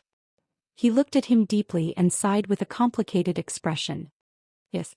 Other than you, the #1 monster in the world, who else would have such great ability? No wonder when I saw this divine sword I vaguely felt a sense of déjà vu. When Old Ancestor 3 Absolutes told me about your enmity with the Heaven Evasion sect, I should have guessed that it was you." Zhou Xian smiled and nodded. He cupped his hands and asked, "Your Majesty Golden Dragon Emperor, can you return the treasured sword to me now?" The Golden Dragon Emperor came back to his senses and smiled awkwardly. He quickly handed the Sword of Burial of Heaven to him. "I didn't think that this was a misunderstanding. Since that's the case, this divine sword should be returned to its rightful owner." Ji Tianxing didn't hesitate and quickly took the Sword of Burial of Heaven back. Old Ancestor 3 Absolutes stood to the side and looked at Ji Tianxing and the Golden Dragon Emperor talking cheerfully. He was dumbfounded. He looked at Ji Tianxing and then at the Golden Dragon Emperor. He said with an embarrassed expression, You know each other?" Hearing his words, the two of them turned their heads to look at him. The Golden Dragon Emperor was expressionless, but his eyes were a bit gloomy. Ji Tianxing smiled coldly and explained, "That's right. More than a year ago, I went to the Water Race Imperial Court to pay a visit to Your Majesty Golden Dragon Emperor. Moreover, the Crown Prince of the Water Race Imperial Court, Prince Tai Yi, is my sworn brother." When he heard this, Old Ancestor 3 Absolute's face turned pale. His eyes were filled with deep regret. At this moment he knew that he had kicked an iron plate. Chapter 1319. Just as Ancestor Sanju was feeling regretful, the Golden Dragon Emperor's expression changed as he remembered something. He cupped his hands at Ji Tianxing and said sincerely, "Tianxing, when you mentioned Tai, this emperor recalled the previous matter. The demon race infiltrated the East Sea and caused a bloodbath. They slaughtered tens of millions of people and caused hundreds of millions of our people to lose their homes. Fortunately, you helped Tai quell the chaos in the East Sea and eliminate the evil demon race experts. If you hadn't appeared in time, the entire East Sea would have been in danger. The consequences would have been unimaginable. Here this emperor represents all the people of the water race to express my deep gratitude to you." After saying that, the Golden Dragon Emperor bowed solemnly to Ji Tianxing to express his gratitude. Ji Tianxing raised his hands, indicating that the Golden Dragon Emperor could dispense with the formalities. Seeing this scene, Ancestor Sanju's expression became even more unsightly. His eyes were filled with deep shock. He never would have thought that Ji Tianxing was not only the sworn brother of the water race's crown prince, but also the imperial court of the water race owed him such a great favor. If he had known this earlier, he definitely wouldn't have reported it to the Golden Dragon Emperor. He was digging his own grave. Ancestor Sanju's intestines turned green with regret. He only wanted to turn around and run away. However, Ji Tianxing stared at him and released an invisible spiritual power to suppress him. "Ancestor Sanju, you old thing, you're really despicable. You're simply despicable to the extreme. You want to steal my divine sword and black dragon, but you know that you're not strong enough, so you want to kill with a borrowed knife. You want to use His Majesty the Dragon Emperor? This is good. I'll let His Majesty personally witness how you die under my sword." As he spoke, Ji Tianxing held the Burial of Heaven sword in his hand. His entire body surged with killing intent as he prepared to attack. Ancestor Sanju's expression changed. Deep hatred surged in his eyes, and his entire body emitted a biting cold killing intent. "You little bastard, you're actually the one who's the bad guy first. Since that's the case, let His Majesty the Dragon Emperor be the witness. We'll settle this grudge here. You cruelly killed our sect master, left and right protectors and many elders. Today I'll cut you into pieces to avenge them." Instantly the atmosphere became tense and filled with killing intent. The sea within a radius of 100 miles was swept up by a terrifying hurricane, and huge waves of 1,000 feet were swept up. That was the impact of the collision between Ji Tianxing and Ancestor Sanju's souls. Old Ancestor 3 Absolutes knew that Ji Tianxing's strength had increased several times after being tempered by the divine lightning. However, he was an expert at the half-step essence soul realm. How could he be afraid of a junior? Of course he couldn't. The Dragon Emperor, as the Dragon Emperor. As expected, the Dragon Emperor couldn't sit still. He looked at Ji Tianxing and then at Ancestor Sanju. He immediately frowned. He stretched out his hands and gestured for the two to stop. He said in a dignified tone, "Tianxing, Ancestor Sanju, I don't know about the grudge between the two of you. I won't stop you from settling your grudge. I'll also remain neutral and not help either side. However, the two of you can't die. As long as I'm here, I won't let either of you kill the other. After today you can do whatever you want." The Dragon Emperor's attitude was very clear.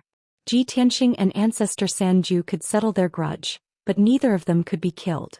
If Ji Tianxing was killed, he would have let down Tai, the people of the Water Tribe, and his own conscience. If ancestor Sanju was killed, he would have gone back on his word. He wouldn't be the emperor of the imperial court of the Water Tribe. After all, he had just promised ancestor Sanju that he would save him if his life was in danger. After making his stance clear, he retreated far away and stood high in the sky to watch the battle. Ji Tianxing and ancestor Sanju were stunned for a moment and frowned in dissatisfaction. If they couldn't kill each other, how could it be called settling their grudge? The two sides had already formed a blood feud. Could only end with one of them dying. Ji Tianxing frowned and thought for a moment. Suddenly he remembered something. Previously, when he was reading the ancient books in the Heavenly Book Pavilion, he had seen an ancient secret technique that was very powerful and domineering. Thinking of that secret technique, he immediately had an idea. Even if I can't kill ancestor Sanju, I have a way to make him suffer a fate worse than death. After making up his mind, he no longer hesitated. His body burst out with golden light that shot into the sky. He waved the broken sword and charged towards ancestor Sanju. Old thief, take this. Swoosh. Ji Tianxing suddenly pulled out the burial of heaven and slashed out a dazzling sword light that was hundreds of feet long towards ancestor Sanju. On the surface, this sword drawing technique looked no different from before. However, the power of the sword light was 6 times stronger. Moreover, the blazing white sword light contained the power of purple lightning. Ancestor Sanju was thinking about how to resolve the hatred in his heart without killing Ji Tianxing. When the sword light attacked, he came back to his senses. His expression immediately changed and his eyes became extremely serious. Without hesitation, he waved his palms and struck out 2 giant golden palms to block the sword light. Bang! Bang! With 2 muffled sounds, the giant golden palms were shattered by the sword light. The power of the purple lightning sword light did not decrease. It struck ancestor Sanju and sent him flying. At that moment, his magic power shield was shattered. The power of the divine lightning in the sword light turned into tens of thousands of electric arcs and drilled into his body. Lightning bolts flashed crazily, making crackling sounds. He was charred black on the spot. His body was stiff and numb. He could not use any magic power. He drew an arc in the sky and crashed into the sea below in a wretched state. However, he was a half-step essence soul realm expert after all. He came to his senses in an instant.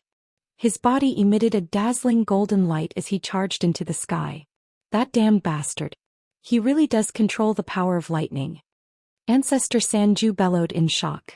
Black smoke spewed out of his mouth. His blackened face looked extremely comical. At that moment, Ji Tianxing charged over again. He stabbed out with the sword of burial of heaven. Swish. A cold white light with hints of purple flashed before disappearing instantly.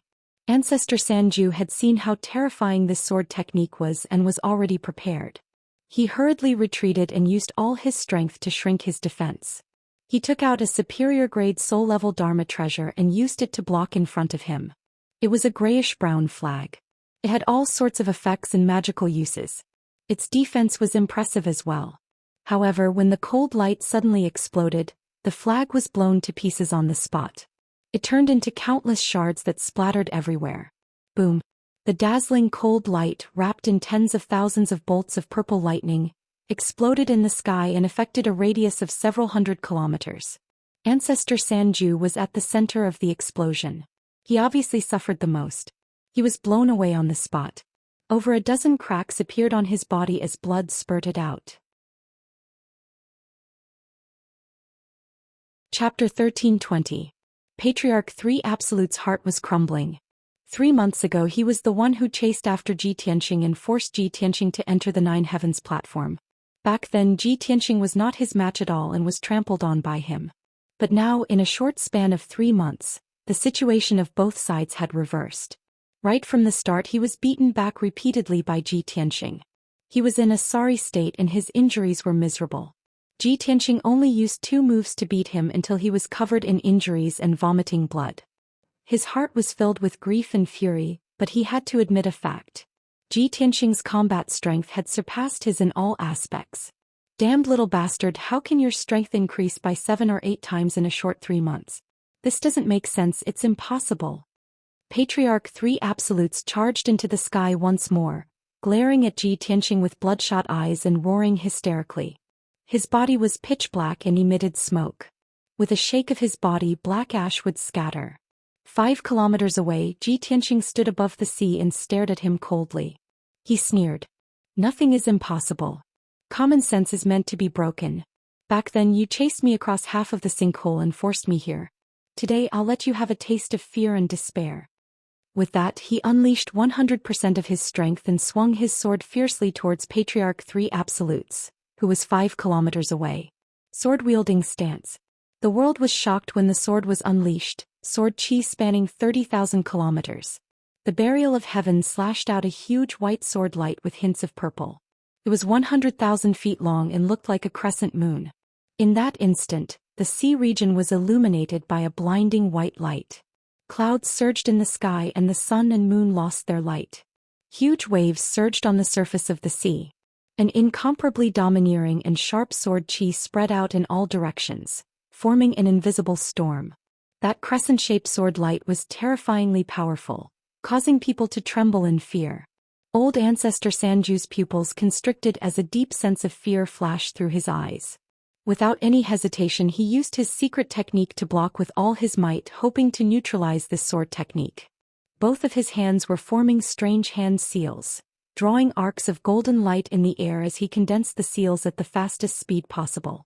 In the blink of an eye, the thousands of golden light lines formed a seal with a radius of 10 miles. This seal was extremely ancient and complex.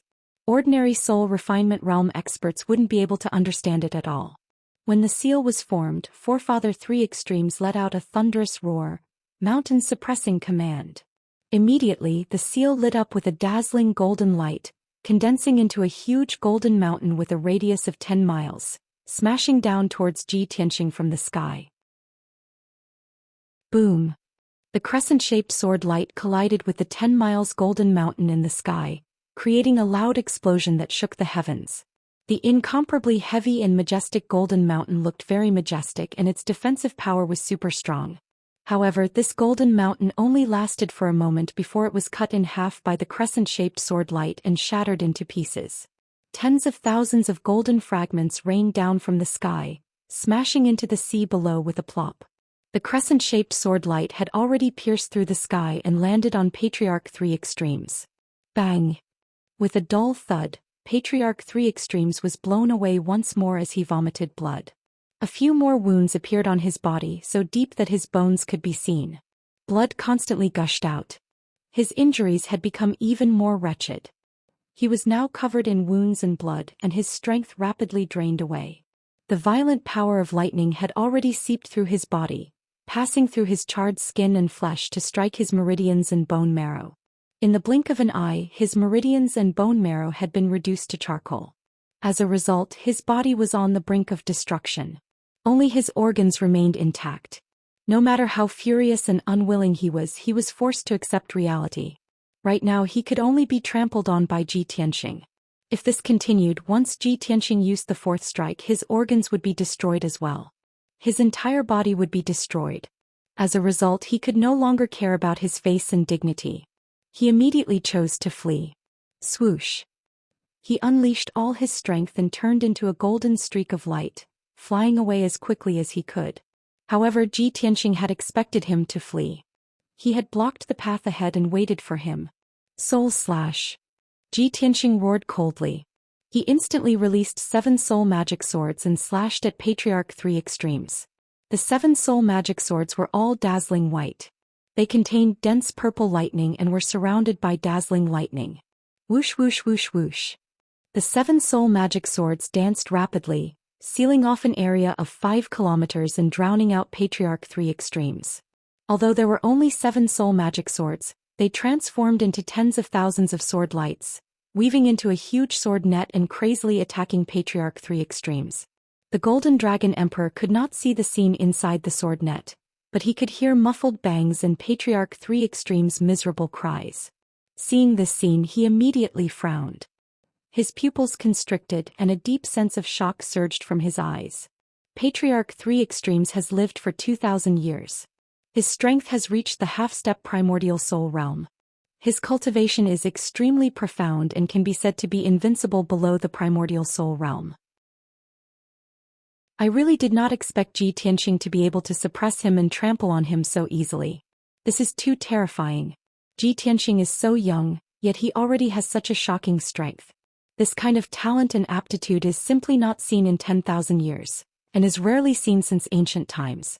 These thoughts flashed through the Golden Dragon Emperor's mind. He stared at Ji Tianqing in disbelief.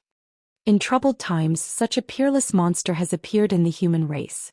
This is really the imperial court's blessing, the human race's blessing. It's a pity that my son Tai Yi does not have such talent and cannot be compared to him.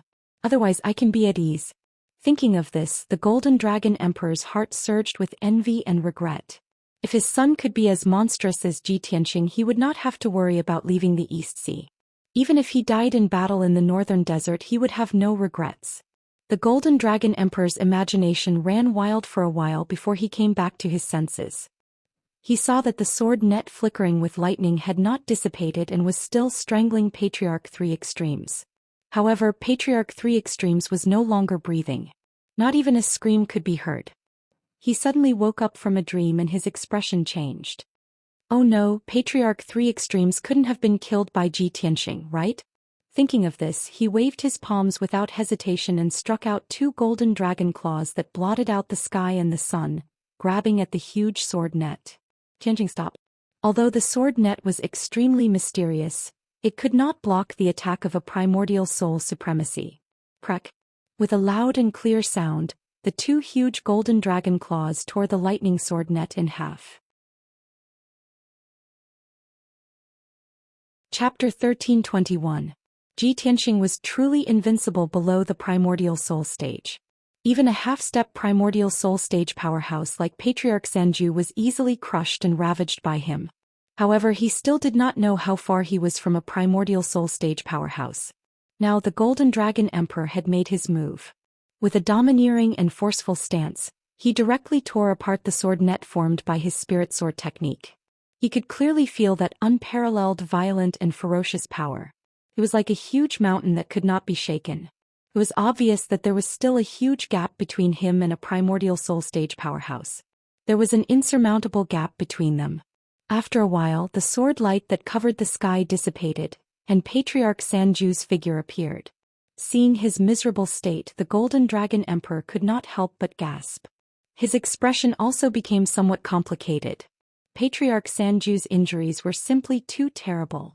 His physical body had not collapsed, but it was completely black. His internal organs, flesh, blood, and bone had all been charred. Moreover, his 4 limbs had been chopped off. His entire body was covered in cracks and holes, like a sieve that was full of holes. The Golden Dragon Emperor sighed inwardly.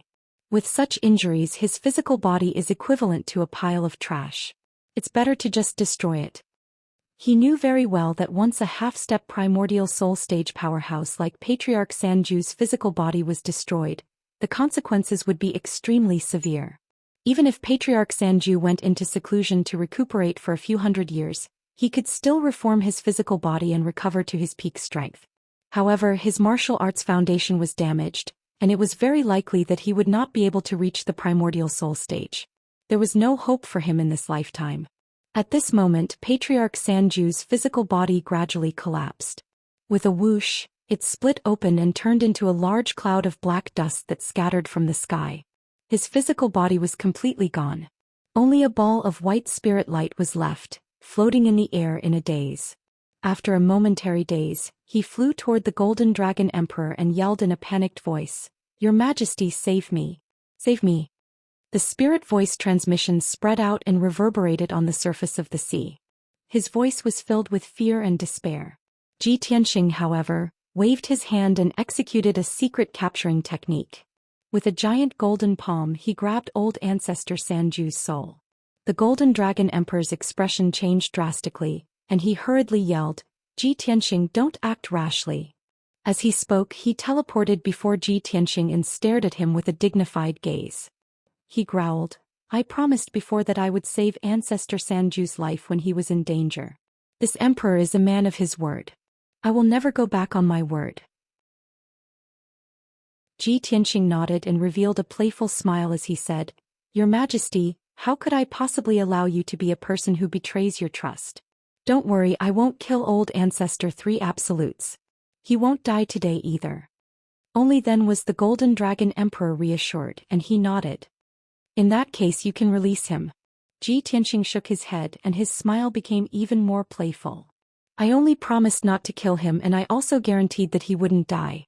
I never said I would let him go." "You."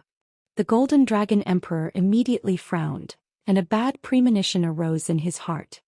"What do you want to do?" Ji Tianqing smiled but didn't answer. Instead he executed a secret technique, and a dark purple lightning surged out of his right palm and drilled into Old Ancestor 3 Absolute's soul. Old Ancestor 3 Absolute's injuries were too severe and his strength was weak. Being corroded by the purple lightning, he couldn't resist at all. He even let out a shrill cry. Following a series of crackling sounds, Old Ancestor 3 Absolute's soul was wrapped in lightning, and it became half white and half purple. It was very strange. His soul struggled violently for a long time before it gradually calmed down and stopped moving. The Golden Dragon Emperor was worried that Old Ancestor 3 Absolutes had been killed by the lightning, so he hurriedly checked the aura of his soul. Only then did he discover that he had only fainted. "Ji Tianqing, what are you doing?" He frowned at Ji Tianqing and asked in confusion. Ji Tianqing held Old Ancestor 3 Absolute's soul in his palm and explained with a smile. "Just now, I used a long-lost ancient secret technique called the Wind Thunder Soul Devouring Technique. I implanted a bolt of ninth heaven divine lightning into Old Ancestor 3 Absolute's soul. From now on his life and death are under my control. No matter where he escapes, as long as I willed it, that bolt of ninth heaven divine lightning will destroy his soul, and he will die completely. If he doesn't want to die, he can only listen to my orders obediently and become my servant." The Golden Dragon Emperor's pupils constricted, and a complicated expression appeared on his face. He sighed and said, "Although this method doesn't take his life, it's more ruthless than killing him." Ji Tianqing nodded and said with a calm expression, "That's right. The way to take revenge doesn't necessarily have to be to kill people. Wouldn't it be more satisfying to turn your enemy into a servant or dog that you can order around as you wish?" The Golden Dragon Emperor looked at him deeply and said in a low voice, "You're so young but your methods are so ruthless. In the future you'll definitely achieve great things. However, why have I never heard of this ancient secret technique that you speak of?" Ji Tianqing smiled and explained, "This secret technique was a secret technique that very few people knew in the ancient times. It was very mysterious and very few people knew it. However, you must have heard of another divine technique derived from this secret technique, and that is the Soul Demonic Seed Technique." The Golden Dragon Emperor's expression changed as he hurriedly nodded and said, "Of course I've heard of this evil secret technique. It's said that in the ancient times, many evil cultivators used this technique to plant demonic roots in the souls of powerful cultivators of various races. In the end, they completely turned into demons and became evil spirits, bringing disaster to the world. However, in the later stages of the ancient times, this secret technique was too evil and vicious. Countless powerful cultivators spurned it and encircled it. In the end, it was gradually lost." Ji Tianqing nodded and added, "You're right, that's indeed the case. However, the Wind Thunder Soul Devouring Technique was originally a secret technique of the righteous sections. After it was learned by the evil cultivators, it was used and modified to become the Soul Demonic Seed Technique. In short, many cultivation techniques originally belonged to the righteous sects, but when they fell into the hands of evil cultivators, they were used to poison living beings and became evil cultivation techniques." The Golden Dragon Emperor gently clapped his hands and a trace of admiration appeared in his eyes. He nodded and said, "That's right. Although you're young, you have such an understanding. You're indeed extraordinary. Today's matter is a personal grudge between you and Ancestor Sanju. As long as you don't kill him today, I won't go back on my word. As for how you deal with him, that's your own business. I won't ask about it and I'll have a clear conscience." Ji Tianqing put away Ancestor Sanju's soul and cupped his hands to the Golden Dragon Emperor. "Many thanks for your Majesty's help. Since that's the case, this junior will take his leave." The Golden Dragon Emperor smiled and nodded. "Now that the demon race is wreaking havoc in the human world, the world is in chaos. I'm sure you have an important task to attend to, so I won't invite you to the Dragon Palace as a guest. However, I'll remember the kindness you've shown my clan and will definitely return the favor in the future. Chapter 1322. Ji Tianxing rode on the little black dragon, flying high in the sky as fast as lightning. In just 10 short days he left Ruin's End. He crossed the vast East China Sea and hurried back to the central plain. Along the way he sat on the back of the black dragon as he silently thought about some things. It had already been over half a year since he and Yunyao left the central plain in search of the Neptunian god orb. In that half a year he and Yunyao had faced countless dangers. They had almost lost their lives many times. However, they had made it through and even profited from the disaster. They had obtained many treasures and their strength had increased drastically. Now Yunyao was still in seclusion in the world within the sword. She was busy refining the Neptunian god orb. After all, she was refining the orb by herself. Her experience was still rather shallow, so it would take her a very long time. However, Ji Tianxing believed that her strength would definitely skyrocket once she refined the orb. Qianyu was also in the world within the sword. She had always been cultivating in seclusion. Ever since she underwent the heavenly tribulation and reached soul refinement, the innate talent and potential of the heavenly fox bloodline had been completely unleashed. The progress of its strength could be said to be changing with each passing day, rising with the tide, so fast that it made people speechless. Yunyao, the little black dragon, and Qianyu were all rapidly becoming stronger. To Ji Tianxing this was something worth rejoicing over. He also felt happy for them. However, he remained calm along the way. His heart was filled with worry. He very much wanted to know how the situation of the continent had been in the half a year he had been away. What new developments and news had there been in the war between the three races and the demon army? Had the evil and powerful blood god massacred hundreds of millions of people of various races? Ji Tianxing was worried about the situation of the continent, so he got the little black dragon to hurry back as quickly as possible. A month later, the little black dragon crossed half of the East China Sea and returned to the profound sky continent. When he passed by the cities along the coast, Ji Tianxing paid special attention to the situation of the cities. He looked down from the sky and saw that the cities along the coast had recovered their peace. Most of the reconstruction had been completed as well. Without the blood god and the demon army causing trouble, the commoners had already recovered their peace. They had rebuilt their homes and lived prosperous lives. When he saw this scene, Ji Tianxing felt much more at ease. He didn't stop and continued to rush back to the central continent. He did not forget that when he was ambushed by Murongzheng, the imperial tutor had personally come to stop him. Afterwards, the imperial tutor solemnly reminded him that he had to make a trip to the imperial court after returning to Zhongzhou. The emperor summoned him and wanted to discuss matters with him face to face. Ji Tianxing had always kept this matter at the bottom of his heart, silently guessing the emperor's intentions. Why did he summon him alone? What was it that the celestial emperor had to talk to him face to face? He remembered clearly that the last time he had seen the emperor was when he had been conferred the title of Heavenly Stellar Region Lord.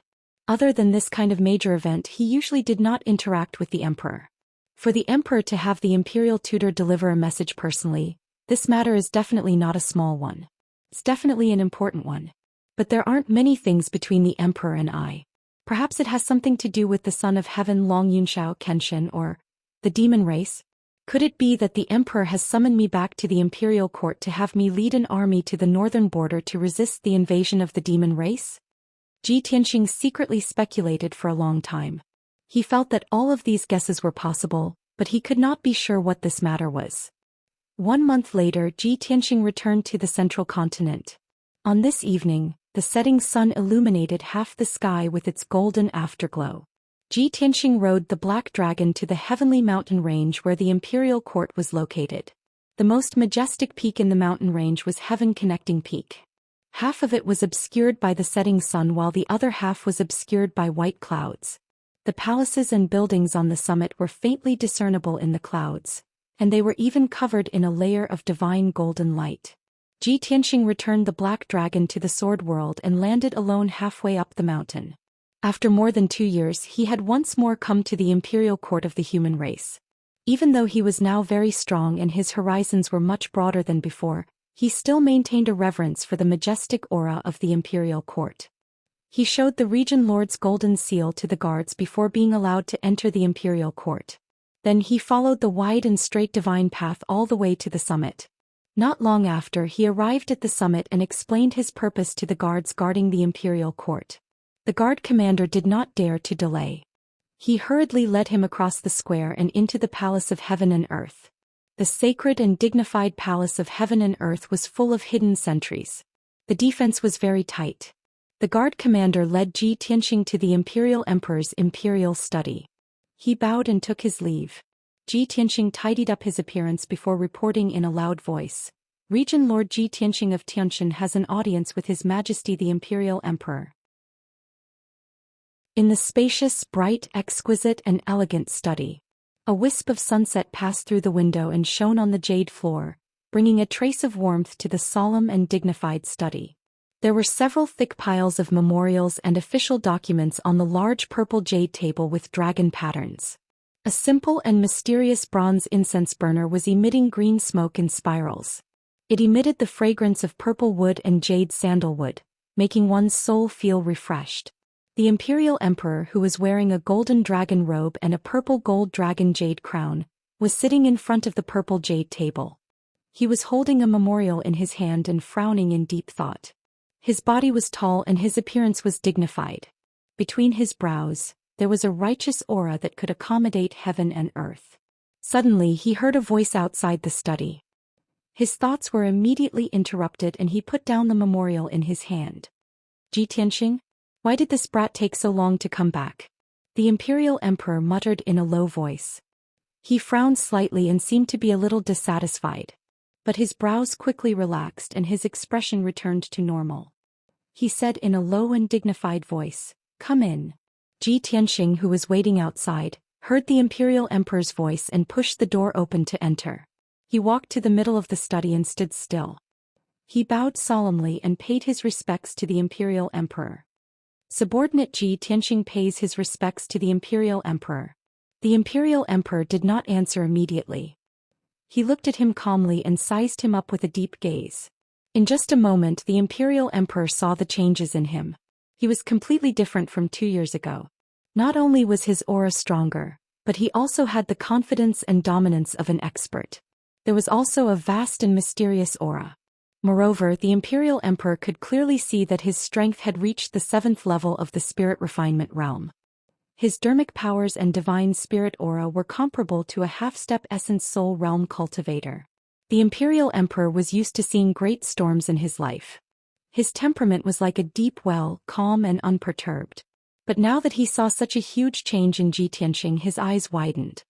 His eyes shone brightly and his face was filled with surprise. "You brat. No wonder you delayed for so long before coming back to the imperial court to meet me. Tell me honestly, did you have a fortuitous encounter? If not, how could your strength improve by leaps and bounds and reach such a terrifying level?" At this moment not only was the imperial emperor shocked, but his tone was also not as dignified as before. Chapter 1323. When Ji Tianxing saw the emperor's reaction, he wanted to laugh in his heart and felt a trace of pride. The emperor, who has always been aloof and incomparably dignified, would actually lose his composure like this. However, he knew that he couldn't hide his changes from the emperor, so he answered truthfully, "Your Majesty, to be honest, you are right." When the emperor saw his respectful attitude without a trace of resentment, he revealed a satisfied smile. "And since that's the case, then this emperor won't pursue your crime of being late for a few months. You may rise." Ji Tianxing then stood up and looked at the emperor with a calm expression. He asked in a solemn tone, "May I ask what orders does the emperor have for this subordinate to be summoned back?" The emperor muttered to himself for a while before recovering his dignified face. He asked in a deep voice, "Ji Tianxing, let's not talk about this matter for now. This emperor has something to ask you. You must answer truthfully." "Please enlighten me, Emperor." Ji Tianxing cupped his hands and bowed. He listened with a calm expression. The monarch stroked his beard and asked in a low voice, "You have a deep grudge with the Murong family. Murong tried to kill you on the way and you were about to kill him to avenge yourself. However, this emperor sent the imperial tutor to stop you and prevent you from taking revenge. Have you ever resented this emperor in your heart?" Ji Tianxing was startled. He never thought that the emperor would ask him this question. Could it be that the emperor sensed my dissatisfaction and was afraid that I would be disloyal, so he tested me in person? This thought flashed through his mind and he immediately became alert. He quickly answered, "Your Majesty, you are the emperor of my clan, the leader of millions of people. This subordinate is your subject. Of course I have to follow your orders. How could I dare to complain?" However, the emperor didn't listen to his dignified words. He stared at him with a sharp gaze and asked, "You don't dare or you don't?" After saying that, he added another sentence, "Think carefully before you answer. This emperor wants to hear the truth. If you have half a lie, you won't be able to hide it from this emperor." Ji Tianxing was even more confused. He did not know what the emperor's intentions were. However, he could sense that the monarch's soul energy was enveloping him, as if he could see through his heart. He knew that he couldn't hide it from the emperor, so he didn't try to explain himself and answered truthfully, reporting to the emperor. This subordinate did have some complaints at first and was very unwilling. However, after the imperial tutor explained to this subordinate understood your difficulties and intentions. Naturally, the resentment in my heart dissipated. Even when this subordinate caused a huge disturbance in the central state, you didn't pursue the matter. Even if it caused the people to criticize me, you still wanted to protect this subordinate. After careful consideration, I understand that you naturally have your reasons and arrangements for doing so. The imperial emperor had been silent all this time. He stared at him, observing the changes in his expression and the fluctuations of his divine soul. After he finished speaking, the emperor concluded that he was not lying. Only then did his expression soften. "That's right. Tianxing, it's naturally for the best that you can understand this emperor's intentions. Now there's only you and this emperor in this study. Since you can tell this emperor the truth, it proves that this emperor can still trust you and can still entrust you with important tasks." When Ji Tianxing heard this, he knew that the emperor was just throwing a brick to attract jade. The main topic was about to come.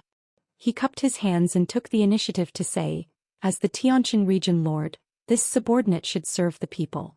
If the emperor has any important tasks, please tell me. This subordinate will go through water and tread on fire without hesitation." The emperor glanced at him and said with a playful tone, "Don't be so full of yourself. If this emperor gives you an important task now and asks you to go to the northern border alone to kill thousands of demons and protect the peace of our people, would you still dare to agree?" Ji Tianxing slowly raised his head and looked directly at the emperor. His gaze was firm and unyielding. His voice was sonorous as he said a word. "I dare." The emperor was stunned for a moment. Then he raised his eyebrows and revealed a playful smile. "You brat, I'm afraid you've had an amazing adventure. You're so confident and ambitious." Ji Tianxing shook his head and said in a serious tone, "Your Highness, this has nothing to do with the adventure I've had. Even without your order, I will go to the battlefield and kill the demons. I'm not a saint, nor am I the ruler of a clan. I don't dare to dream of saving hundreds of millions of people.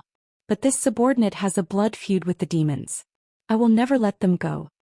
The emperor looked at him deeply and nodded solemnly, saying, "Good. Very good.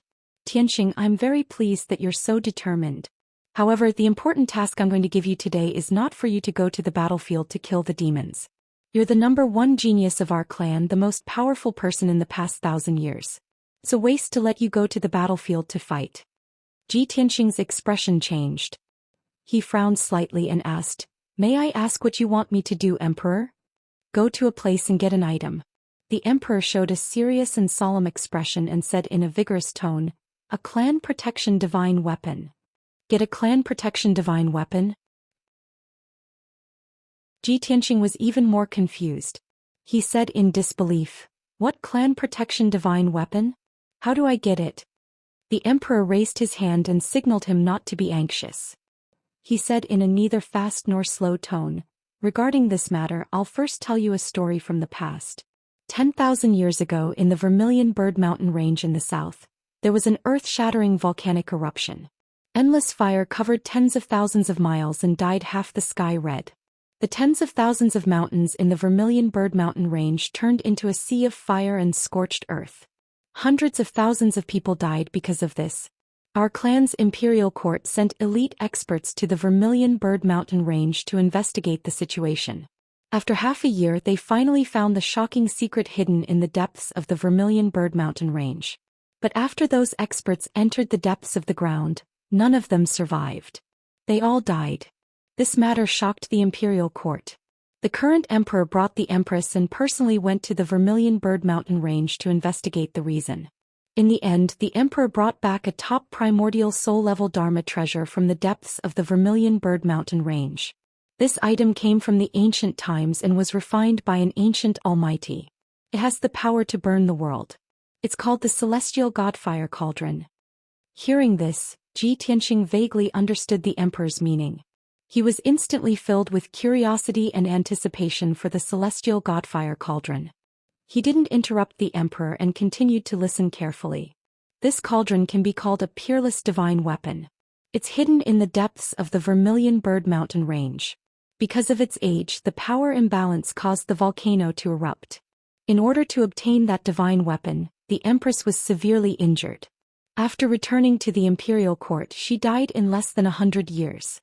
The emperor spent decades of effort and used up all the imperial court's wealth to repair the Celestial Godfire Cauldron and take it for his own use. However, the Celestial Godfire Cauldron is too powerful and can't be stored in the imperial court for a long time. It must be nurtured in the dragon vein of the Vermilion Bird Mountain Range. Chapter 1324. After listening to the emperor's story, Ji Tianxing already understood the emperor's intentions. Emperor, you mean you want me to go to the Vermilion Bird Mountain Range to retrieve the Big Dipper Godfire Cauldron? The emperor nodded slightly and said solemnly, that's right. Ji Tianxing frowned and asked, Emperor, I have a question. The Big Dipper Godfire Cauldron has been stored in the Vermilion Bird Mountain Range since 10,000 years ago. Now that 10,000 years have passed, the thousands of experts guarding that divine artifact must have died long ago, right? The emperor nodded again and explained, of course. However, I have not finished my story, so you have to listen patiently. Please continue, Emperor.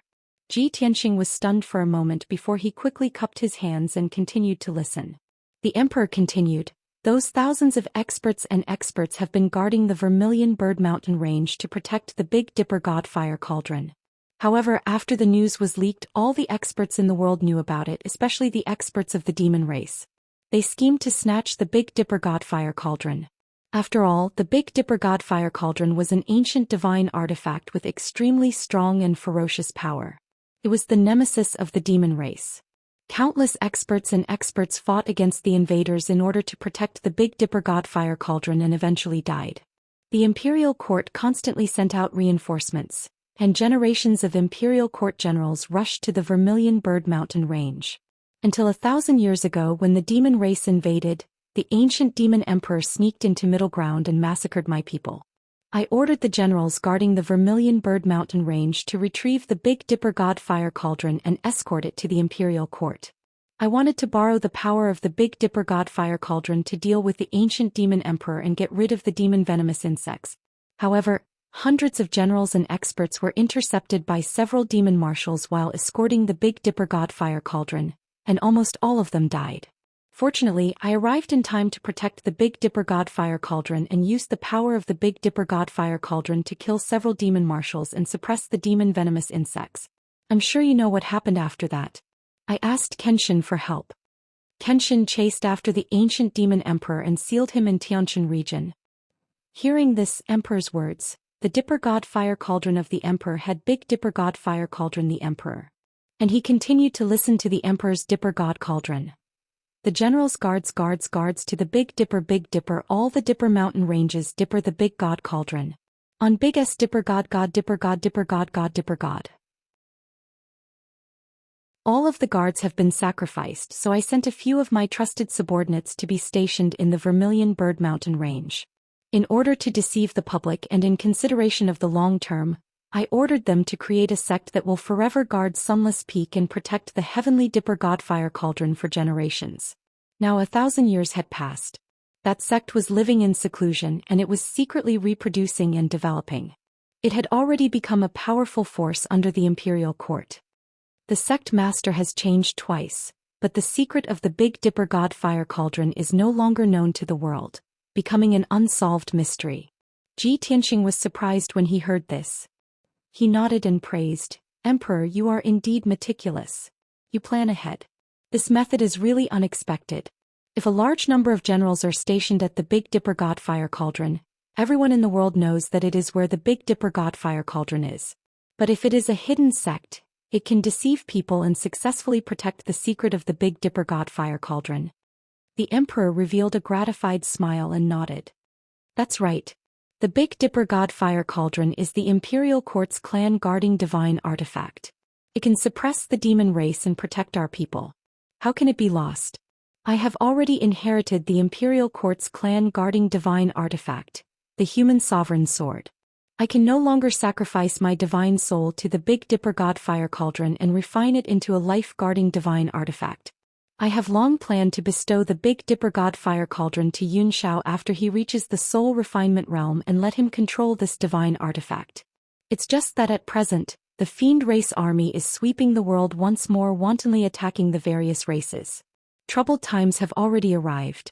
The situation is urgent, time waits for no one. This emperor must take out the Big Dipper God Fire Cauldron as soon as possible and entrust it to a suitable person. Only then can it unleash a greater effect. Therefore this emperor deliberated for a long time and finally decided to entrust this clan-guarding divine artifact to you.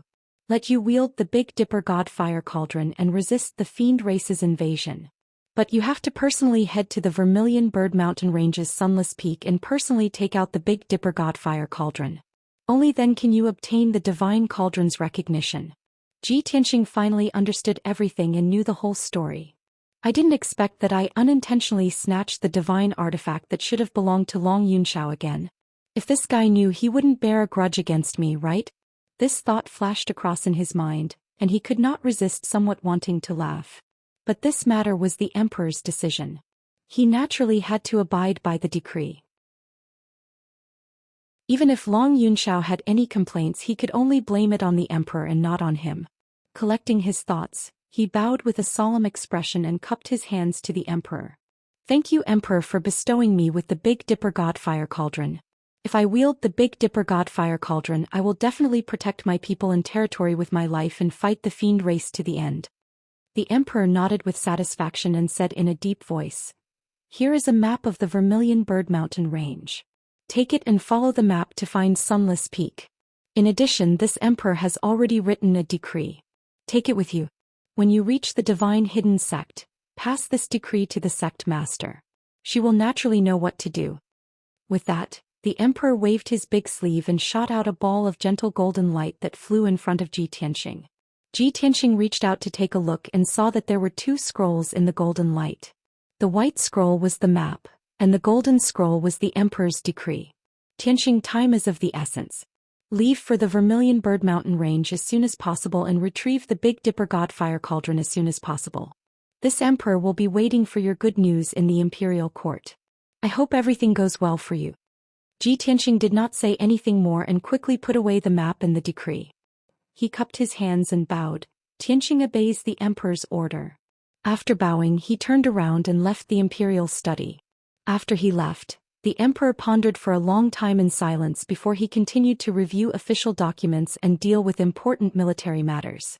After Ji Tianxing left the Palace of Heaven and Earth, he passed through the square in front of the palace and walked down the mountain. Before coming to the imperial court, he planned to go back to Zhongzhou City to check on the situation of the imperial residence and Cloud Spirit Palace. But the emperor ordered him to hurry to the Vermilion Bird Mountain Range as soon as possible, so he could only give up on this idea.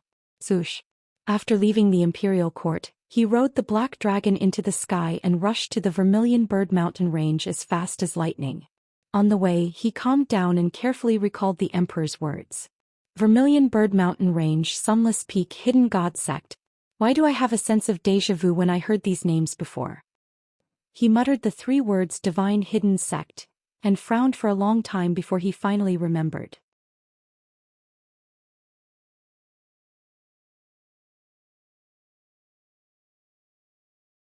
Chapter 1325. Shi Zhongjian was the simple and honest golden-haired youth who called himself the Prince of the Golden Lion race. When Ji Tianxing first entered the southern desolate swamp, he traveled with Shi Zhongjian to find the broken divine sword. They explored the Sin Dragon Pond and encountered an azure dragon. They even went through the rainbow forest and were ambushed by the spiritual insects race. In the end, they met the earth spirit race in Carefree Mountain and found the broken sword, the burial of heaven. The second time Ji Tianxing saw Shi Zhongjian was on the way to the Shao clan. At that time Shi Zhongjian and his followers were attacked by two soul realm demon beasts. They were seriously injured and almost lost their lives. Ji Tianxing saved Shi Zhongjian's life and found that Shi Zhongjian had obtained the azure dragon from the Sin Dragon Pond. Now he was going to the Vermilion Bird Mountain range to retrieve the heavenly handle Godfire Cauldron. Never in his wildest dreams would he have thought that the sect that had guarded the divine cauldron for generations on Sunless Peak was actually the Hidden God sect.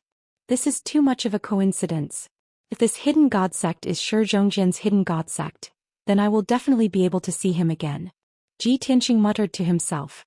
Shi Zhongjian's simple and honest appearance appeared in his mind and he couldn't help but smile. The Vermilion Bird Mountain range was located in the southwest of Central State, between the human and demon territories. Even with the little black dragon's flying speed, it would take about 10 days to travel from the Imperial Court to the Vermilion Bird Mountain range. The Vermilion Bird Mountain range was very vast and desolate. No one could be seen for many years. Without a map, ordinary martial practitioners couldn't enter the depths of the mountain range. Moreover, the terrain of the Vermilion Bird Mountain range was very steep and there were many powerful demons and beasts. The environment was very dangerous. An expert like Ji Tianxing wouldn't be able to find Sunless Peak if he rashly entered the Vermilion Bird Mountain range and wasn't familiar with the terrain. Moreover, he would encounter all kinds of trouble and danger. Therefore, he took out the map of the Vermilion Bird Mountain range given to him by the Emperor and carefully observed it for a long time. He memorized the entire map and engraved it in his mind before putting it away. Then he placed the broken sword on the black dragon's back and entered the sword world. Yun Yao, Qian Yu and the Jinshan King were all in seclusion in peaceful Soil City, constantly increasing their strength. However, Ji Tianxing did not enter the sword world to visit them. He flew above the city, crossing thousands of li of mountains and rivers.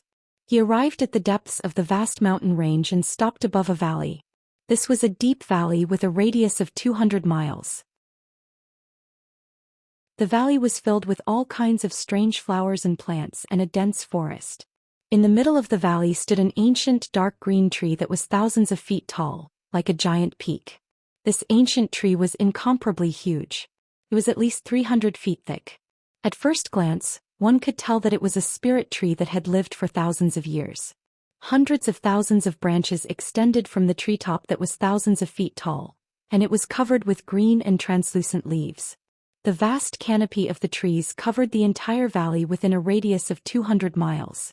This astonishingly huge ancient tree was actually the family treasure of the Duanmu family.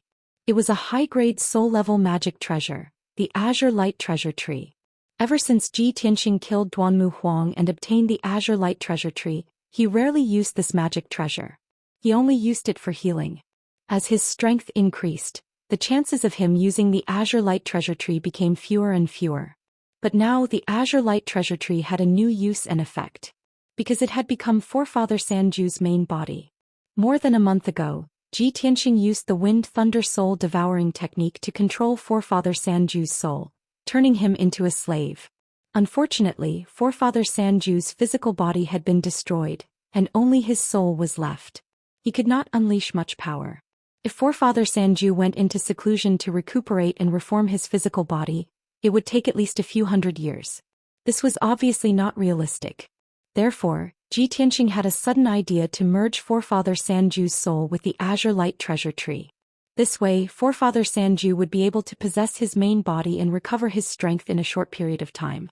Moreover, he would be able to unleash the power of the Azure Light Treasure Tree and possess powerful healing and recovery abilities. Once this method succeeded, Ji Tianxing would have a powerful slave with powerful healing abilities. Ji Tianxing stood in the sky above the valley and stared at the Azure Light Treasure Tree for a while before seeing the result. After more than a month of seclusion, Forefather Sanju had successfully merged with the Azure Light Treasure Tree. Now the Azure Light Treasure Tree was Forefather Sanju and Forefather Sanju was the treasure tree. The two had merged into one, complementing each other and becoming stronger. Seeing this, Ji Tianxing revealed a gratified expression and asked, "Forefather Sanju, how is your cultivation going?" Forefather Sanju was cultivating, trying his best to increase his strength. Suddenly hearing Ji Tianxing's voice, the entire treasure tree trembled and the thousands of branches rustled. Then Forefather Sanju's voice came from the treasure tree, and his tone was filled with respect and fear as he said, "Master, I have successfully merged with the treasure tree and recovered 80% of my strength. This old servant kneels and thanks Master for not killing me. Thank you, Master, for bestowing this old servant with the green light treasure tree as my body, allowing this old servant to benefit from this disaster and obtain a new life." Ji Tianxing was very satisfied with Forefather Sanju's reaction, and asked despite knowing the answer, "You were originally a half-step immortal soul stage expert, able to call yourself an ancestor overseas and live a carefree life. Now that you have become my slave, not only do you not have any complaints, you even want to thank me? Why is that?" The treasured tree gently swayed its branches, bowed down and made a respectful gesture and answered, "Master, this old servant had eyes but failed to see. I dared to provoke you, so I deserved to die. Master only needs a single thought to completely destroy this old servant. However, Master is benevolent and spared my life. This is a great favor. I'm still alive now, and with the azure light treasure tree as my body, I have a lifespan of tens of thousands of years. This is something I didn't dare to imagine in the past. Furthermore, Master, you are the #1 genius in the world. In the future you will definitely be able to transcend the cage and enter the martial Tao's divine realm. I can follow you and serve you. In the future I will have the chance to see a wider world. This is my lifelong dream. It is precisely because of this that I am grateful to you." The corners of Ji Tianxing's mouth curled up as he said in a playful tone, "Forefather Sanju, there's no need to pretend with me. I won't fall for it. To tell you the truth, no matter how much you hate me, it's useless. Don't think that you can make me lower my guard by pretending to be loyal and obedient. You will have a chance to escape in the future. That's impossible. Don't even think about it.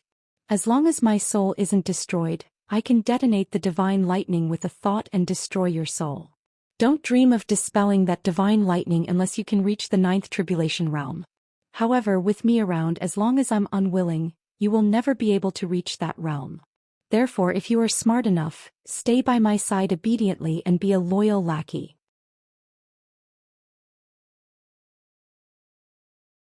Chapter 1326. Ji Tianxing's words caused the azure light treasured tree to tremble. Clearly, these words were like daggers that stabbed deeply into Forefather Severing's soul, causing his thoughts to churn. He fell silent for a long time before he gradually calmed down. Swish! Azure light surged out of the azure light treasured tree, quickly condensing into a figure that flew before Ji Tianxing. The figure condensed from green light was an old man in green robes. He looked exactly like Forefather Sanju.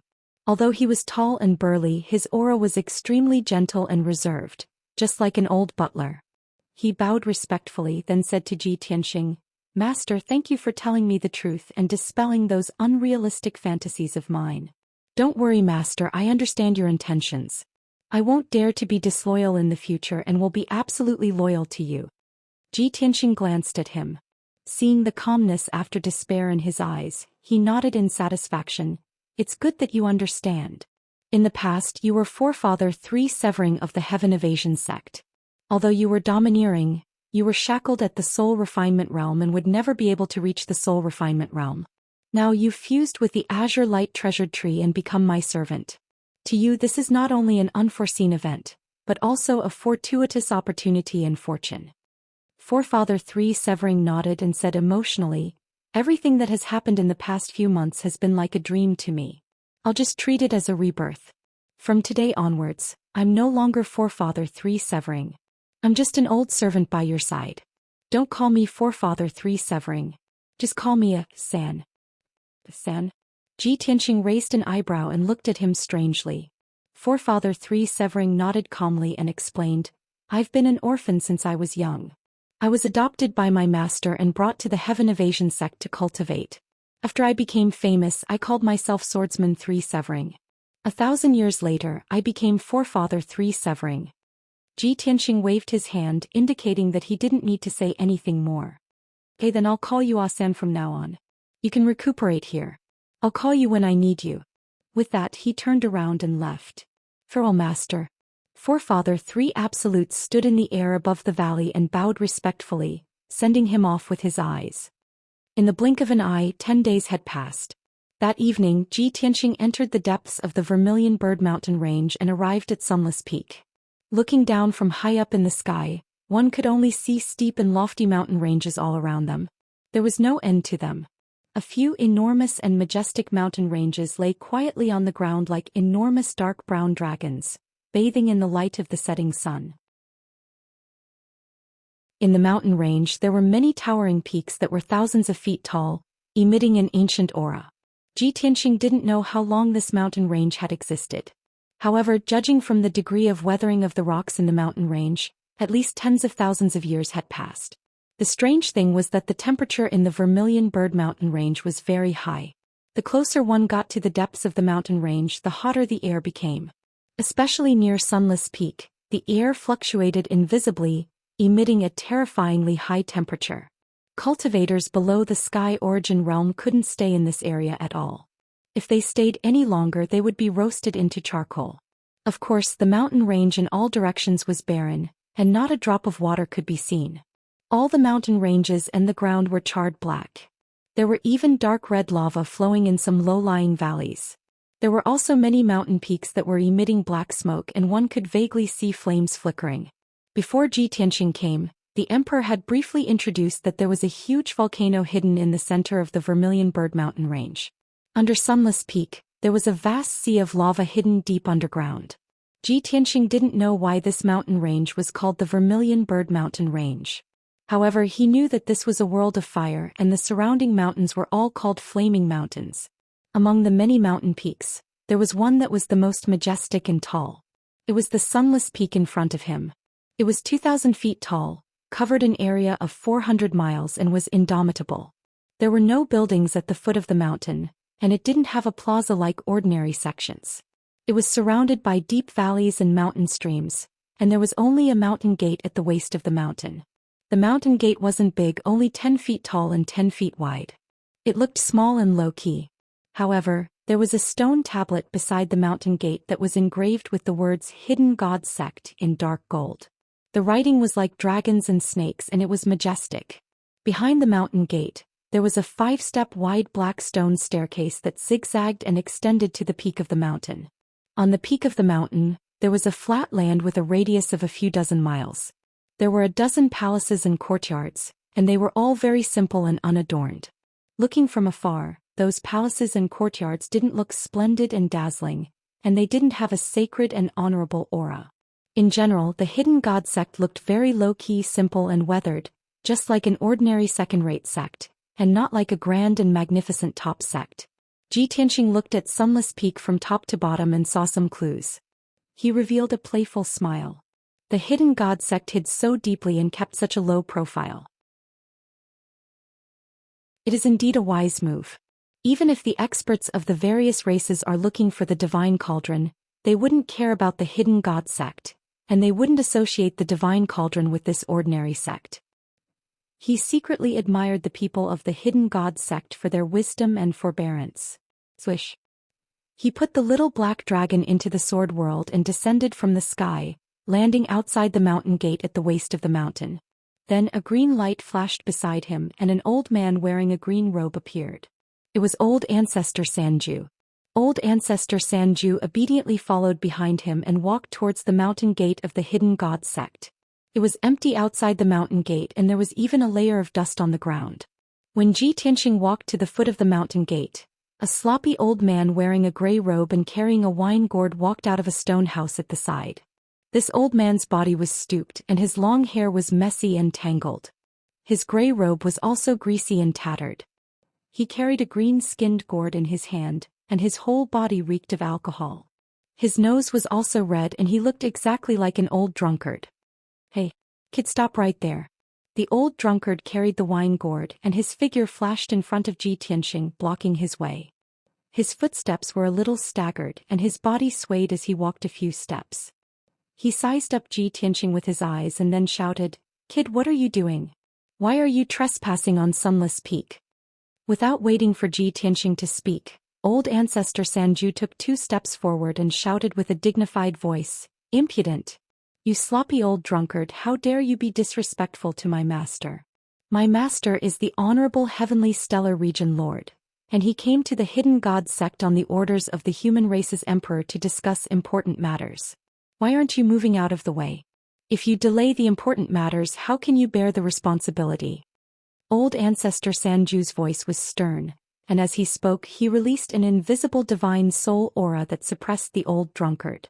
If it was an ordinary person, they would have been scared out of their wits and knelt down to greet him.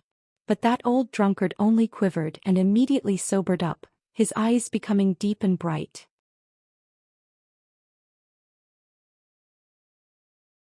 Chapter 1327. Ji Tianxing found it strange just now. Why would the Hidden God sect make such an arrangement? Even if they didn't send a large number of experts to guard the sect, they shouldn't have let a sloppy old drunkard guard the sect, right? Now, the old drunkard had blocked old ancestor Sanju's divine soul pressure without retreating half a step or showing the slightest fear. Only now did he understand that the old drunkard was a hidden expert. He secretly released his divine soul power and discovered that the old drunkard's strength had reached the 9th level of the soul refinement realm. Moreover, the old drunkard's cultivation was abnormally deep and was not inferior to the current old ancestor Sanju. No wonder the Hidden God sect is so desolate with only one old drunkard guarding it. With him here, it's comparable to an army of thousands. As long as it's not a primordial soul supreme, it's impossible to barge in. This Hidden God sect seems to be low-key and even a little declining, but they have such wisdom and courage. It's really unbelievable. These thoughts flashed through Ji Tianxing's mind, and he finally understood why the emperor trusted and valued the Hidden God sect so much. At this time, the old drunkard raised his head and drank a mouthful of wine with his green calabash in hand. The strong smell of wine seeped out and actually contained a strong divine soul power, causing one's divine soul to be in a daze. His dark face flushed red as he glanced sideways at old ancestor Sanju and Ji Tianxing. He sneered, "Ha! It's a good thing that an esteemed guest has come, and our sect should treat you warmly. However, our sect is not receiving guests today, and from ancient times until now, we have never received rude guests. Please go back, don't spoil this old man's mood." The old drunkard's breath reeked of alcohol as he said these words drunkenly. As his voice fell, he casually drew a line with his left index and middle fingers, creating a deep ravine on the stone floor beneath his feet. This 1-meter-long ravine separated him from old ancestor Sanju. His meaning was clear. If Ji Tianxing and old ancestor Sanju dared to take half a step forward, he wouldn't be polite. Seeing this, old ancestor Sanju immediately frowned and shouted with a cold expression, "You old drunkard, you're really unreasonable. I must teach you a lesson." As he spoke, old ancestor Sanju raised his palm and was about to attack. "Listen." Ji Tianxing waved his hand, indicating for old ancestor Sanju to leave. Old ancestor 3 Absolute's body trembled. He hurriedly suppressed his anger and surging magic power and obediently retreated to the side. Ji Tianxing took 2 steps forward and calmly looked at the old drunkard. He took out the mountain and river seal and said, "Senior, please forgive my servant for offending you earlier. I am Ji Tianxing, the leader of the Tianshan region. Today I am here to visit your sect under the order of the emperor. I would like to discuss an important matter with your sect leader. Please pass on my message." He announced his identity and flashed his identity token. He expressed his intentions to the Hidden God sect in a formal manner. In his mind, the old drunkard was a martial expert. He would know what was important and wouldn't dare to make things difficult for him. But he didn't expect that the old drunkard would glance at him and didn't even bother to look at the seal in his hand. He waved his hand and said, "Young man, who you are and who you're following has nothing to do with me. It has nothing to do with my sect. My sect is a small sect that lives in seclusion. We have always avoided the world and never participated in worldly disputes. We have nothing to do with the imperial courts of the various races. Please go back and don't stay here. Otherwise, I will have to chase you out."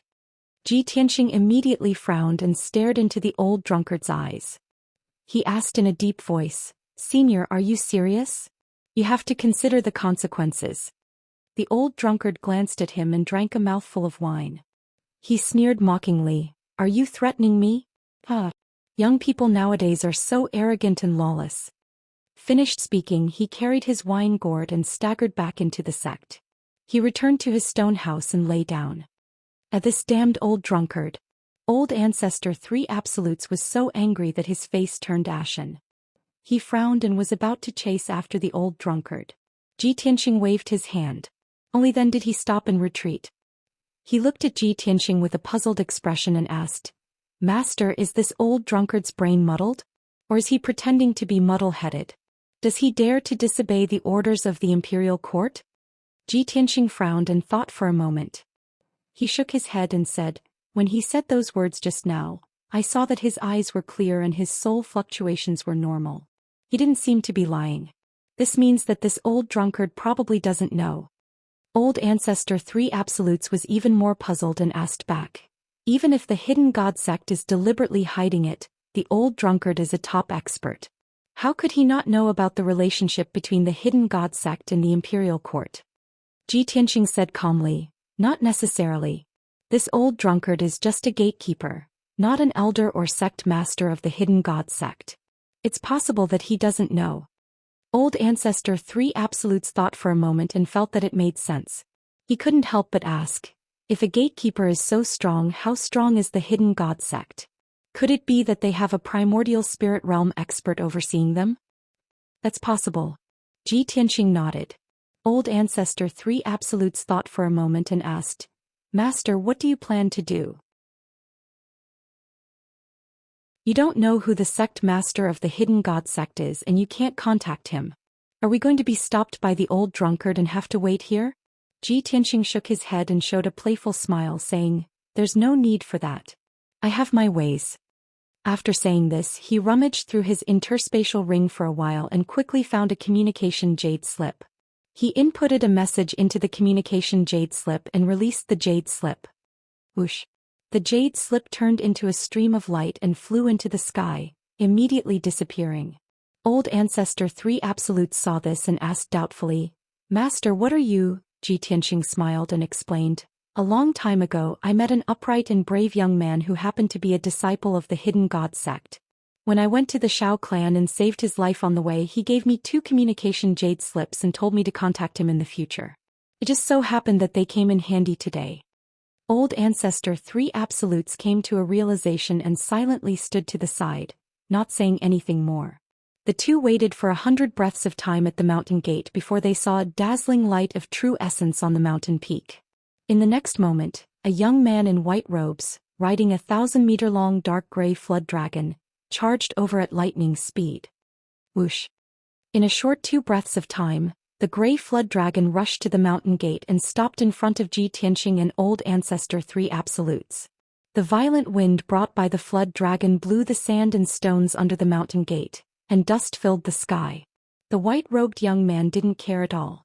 His face was flushed with excitement as he hurriedly jumped off the dragon's back.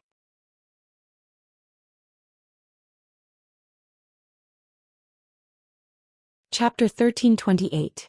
This white-robed, tall and sturdy young man with a head full of golden hair was Zhou Xian. The flood dragon he was riding was the azure dragon he obtained from the evil dragon pool. Zhou Xian's face was flushed with excitement as he looked at Ji Tianxing with sparkling eyes, rubbing his hands excitedly. Ji Tianxing looked at him and saw that he had changed a lot. He couldn't help showing a gratified smile and nodded. "Lion, I haven't seen you for half a year. You've changed a lot." Zhou Xian became even more excited after receiving his praise and nodded repeatedly. "Big brother Tianxing, you flatter me. This is all thanks to Brother Dragon. It has helped me a lot in my cultivation." At the mention of the azure dragon, Zhou Xian was eloquent and eloquent. Ji Tianxing understood his temperament, so he patiently listened to him. After a while, Zhou Xian gradually calmed down and remembered to ask about proper business. "Big brother Tianxing, our hidden god sect is hidden deep in the Vermilion Bird Mountain range. Without a map, it would be difficult to find it. How did you find this place? Did you come here just to see me?" "Of course not." Ji Tianxing smiled and shook his head. Zhou Xian's eyes flashed with a touch of disappointment. but he immediately let it go and laughed at himself. Like I said, Big Brother Tianqing is a peerless genius and a noble person. You have too many things to deal with on a daily basis. How could you have time to visit me? Big Brother Tianqing, what business do you have at Sunless Peak? Ji Tianqing calmly explained. I came here on the Emperor's order to find the sect master of the Hidden God sect to discuss an important matter. What Emperor?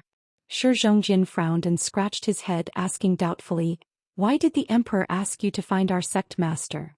Ji Tianqing waved his hand and instructed, this matter is of great importance. It's not convenient to talk about it here.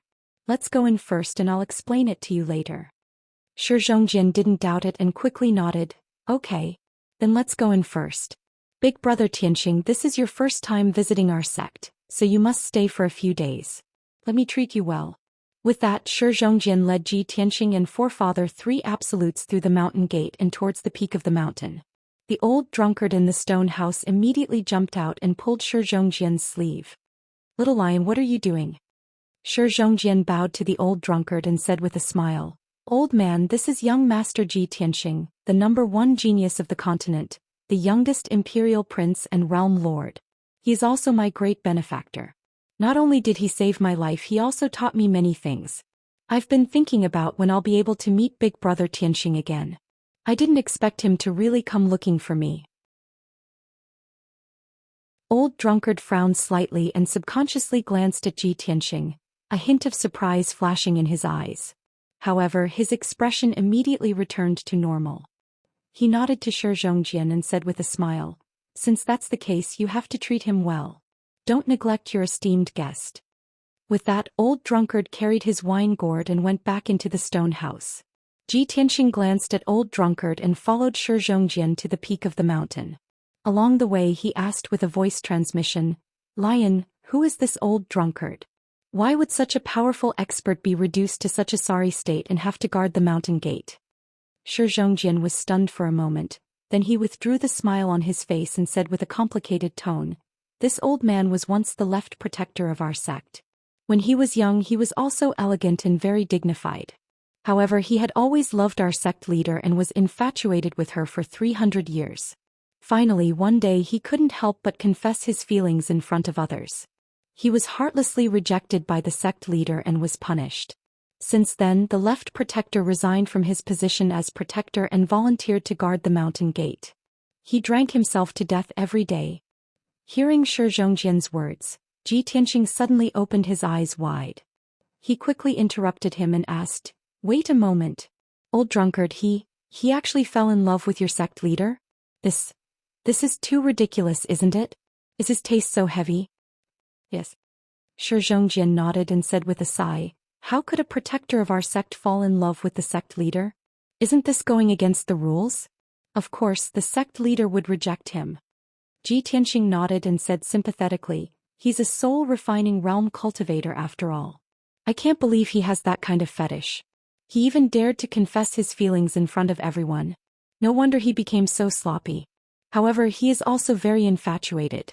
Even though he was rejected by the man he loves, he still stayed in the Hidden God sect to guard the sect.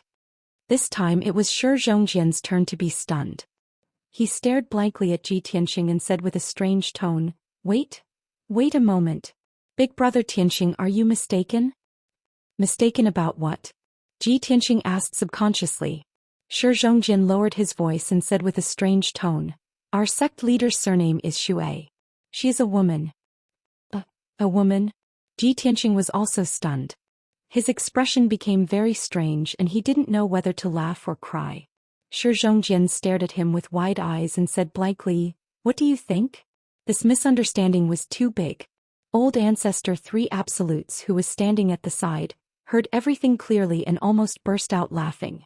However, he kept his head down and his shoulders trembling. It was obvious that he was having a hard time holding back his laughter. An hour later, Ji Tianqing and Old Ancestor 3 Absolutes settled down in the Hidden God sect. The mountain peak was vast and there were 16 palaces and courtyards in total. It could accommodate 3,000 people. However, there were only a little more than 1,000 people in the Hidden God sect, including the disciples, servants and guards. Therefore the palaces and courtyards were very quiet and secluded. Shi Zhongjin arranged a small courtyard for Ji Tianxing. After Shi Zhongjin helped Ji Tianxing settle down, he sat in the living room with Ji Tianxing, drinking tea and chatting.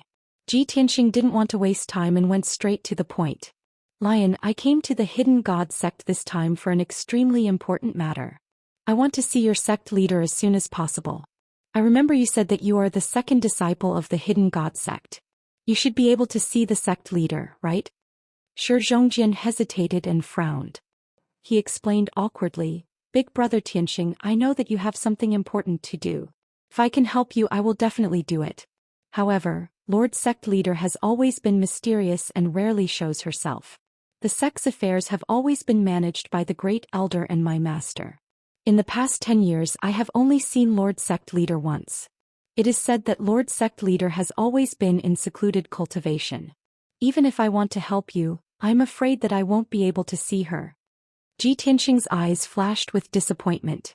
However, he immediately had an idea and said, "If that's the case, then take me to see your master.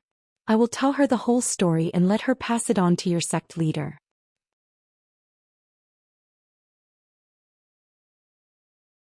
Chapter 1329. Shi Zhongjin immediately fulfilled his promise and brought Ji Tianxing to see his master. His master was the second elder of the Hidden God sect, a soul refinement realm expert who had cultivated for 400 years. The second elder doted on Shi Zhongjin very much. When she learned that Shi Zhongjin had something to discuss with her, she immediately put down whatever she was doing and received him and Ji Tianxing in the living room. When Ji Tianxing saw the second elder, he realized that she was a middle-aged woman. She looked graceful, elegant and kind. The two exchanged greetings, and when the second elder learned of Ji Tianxing's identity, she was very grateful to him. After all, Shi Zhongjin had already told the second elder about his adventure with Ji Tianxing. Ji Tianxing exchanged a few pleasantries, and then told the second elder the reason for his visit. "Second elder, I am here on the orders of the emperor to discuss an important matter with your sect master. Unfortunately, your sect master is very secretive, so I would like to ask the second elder to help me pass on a message." The second elder nodded slightly and said in a gentle voice, "Young Master Ji, if this old woman can help with this matter, I will definitely do so. But please understand that our sect master is in secluded cultivation and cannot be disturbed. Can you please tell this old woman why the emperor of the human race sent you here? If the matter is very urgent, this old woman can only pass on the message to Lord Sect Master. Otherwise, this old woman cannot rashly disturb the sect master's cultivation." Ji Tianxing saw the second elder's expression and guessed that she didn't know either. Sigh. The Hidden God sect has hidden this matter very well. Even Elder Lian Air doesn't know that the Hidden God sect is a subordinate force of the emperor. What should we do now that the sect master of the Hidden God sect is in secluded cultivation? Ji Tianxing frowned slightly and sighed in his heart. After a moment of silence, he looked at the second elder with sincere eyes and said in a serious tone, "Second elder, your sect is a hidden sect and has always been in seclusion.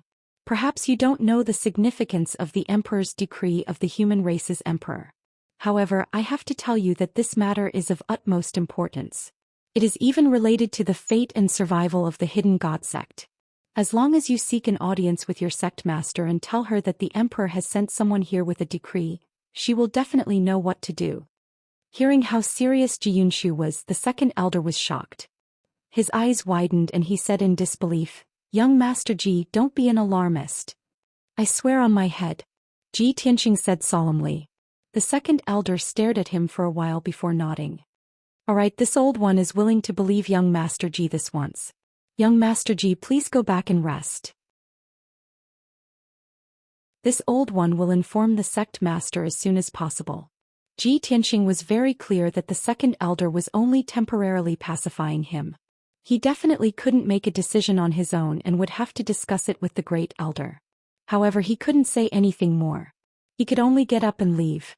By the time he returned to his courtyard, it was already late at night.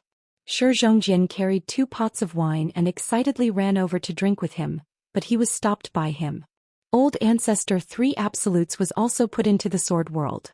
He sat alone on the roof, bathing in the faint starlight and moonlight. He overlooked the entire sunless peak and the vast mountain range around it. Under the curtain of night, Sunless Peak was exceptionally quiet and serene, as if it had been forgotten by the world. There was a strong sense of loneliness and desolation. Ji Tianqing suddenly understood.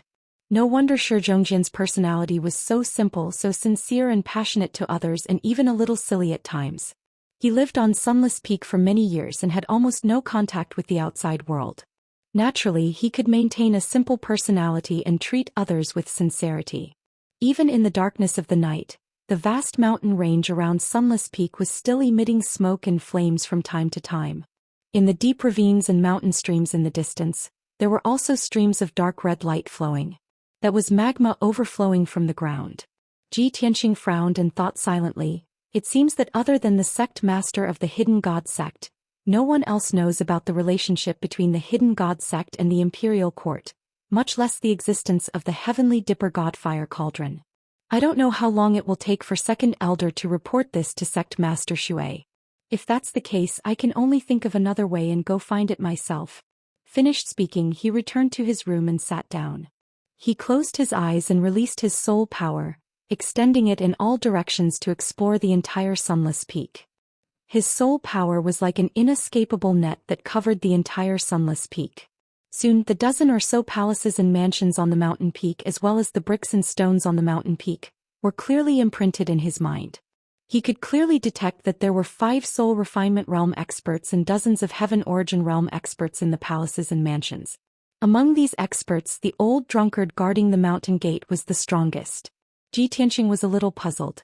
He repeatedly checked several times, but the result was still the same. The sect master of the Hidden God sect is definitely stronger than the old drunkard. She is most likely a supreme expert of the primordial spirit realm. But I have searched the entire Sunless Peak and did not detect the aura of a supreme primordial spirit realm expert. It seems that Sect Master Xue is not on Sunless Peak. But if she is not on Sunless Peak, where could she be cultivating in seclusion? Ji Tianqing frowned and thought for a moment. Suddenly, a thought flashed through his mind and he had a guess. That's right. Deep underground. The Imperial Emperor once said that there is a vast sea of magma deep in the Earth's core under Sunless Peak. That heavenly Dipper God fire cauldron is sleeping in the magma sea. Could it be that Sect Master Xue is cultivating deep underground? Or is she guarding that divine cauldron personally? After this thought appeared in his mind, he impatiently manipulated his soul power to pass through Sunless Peak and explore deep underground. With his current strength, his soul power could cover 100 miles. He was confident that his soul could extend 100 miles and explore the situation deep underground. However, when his soul passed through Sunless Peak and extended 80 miles, it was blocked by a layer of dark red barrier. That layer of dark red barrier was like a curtain of flame that stretched across the rock layer underground. He tried a few times, but he could not break through the barrier and see the situation deep inside. Moreover, that barrier covered an area of 100 miles. It was so wide that it seemed boundless. Ji Tianqing was helpless. At the same time, he was even more certain that Sect Master Xue was very likely deep underground. He thought for a moment, then got up and left the small courtyard. He personally entered Sunless Peak and dived deep underground. In order to not be discovered by the elders of the Hidden God sect and cause unnecessary misunderstandings, he was very careful. He restrained his soul aura and slowed down his diving speed. It took him half an hour to reach 80 miles underground. It was pitch black all around and there were scorching rock layers everywhere. The temperature underground was extremely high. Even those hard rocks that did not melt had a hint of dark red. Ji Tianqing slowly approached the dark red barrier and prepared to observe that mysterious barrier. But at this moment, a cold voice suddenly sounded behind him.